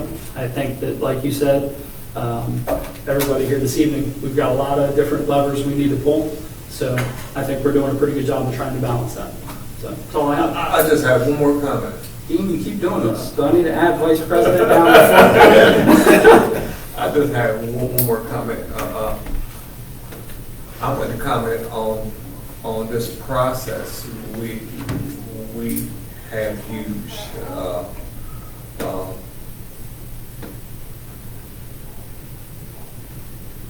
I don't like meetings. Let's get that straight. But this year, I'm pleased with this process and the dialogue we have had as a council. I wish there were more people in attendance, but this process and these discussions, I think, have been worthwhile. Not that they haven't been worthwhile in the past, but the quality of our discussions, I think, has been tremendous. And feeling comfortable enough with each other to express our ideas, concerns, and recommendations, I think goes a long, long way. So you need to pat yourselves on the back for your participation in this budget development thing. With that, I think that one thing that's really helped, and I've talked about this at the staff level a lot, by implementing the step and grade system, it's taken the temperature down so much because that part's done. We're not talking about take-home pay for these folks. We're talking about nuts and bolts. We're talking about equipment. It takes the personal side out of it. And we have to put our staff first. Well, yes, that's important, but it's also brought it more constructive, I think. So, all right, take a motion to adjourn. Do we need? No, I guess not for work session. Good night.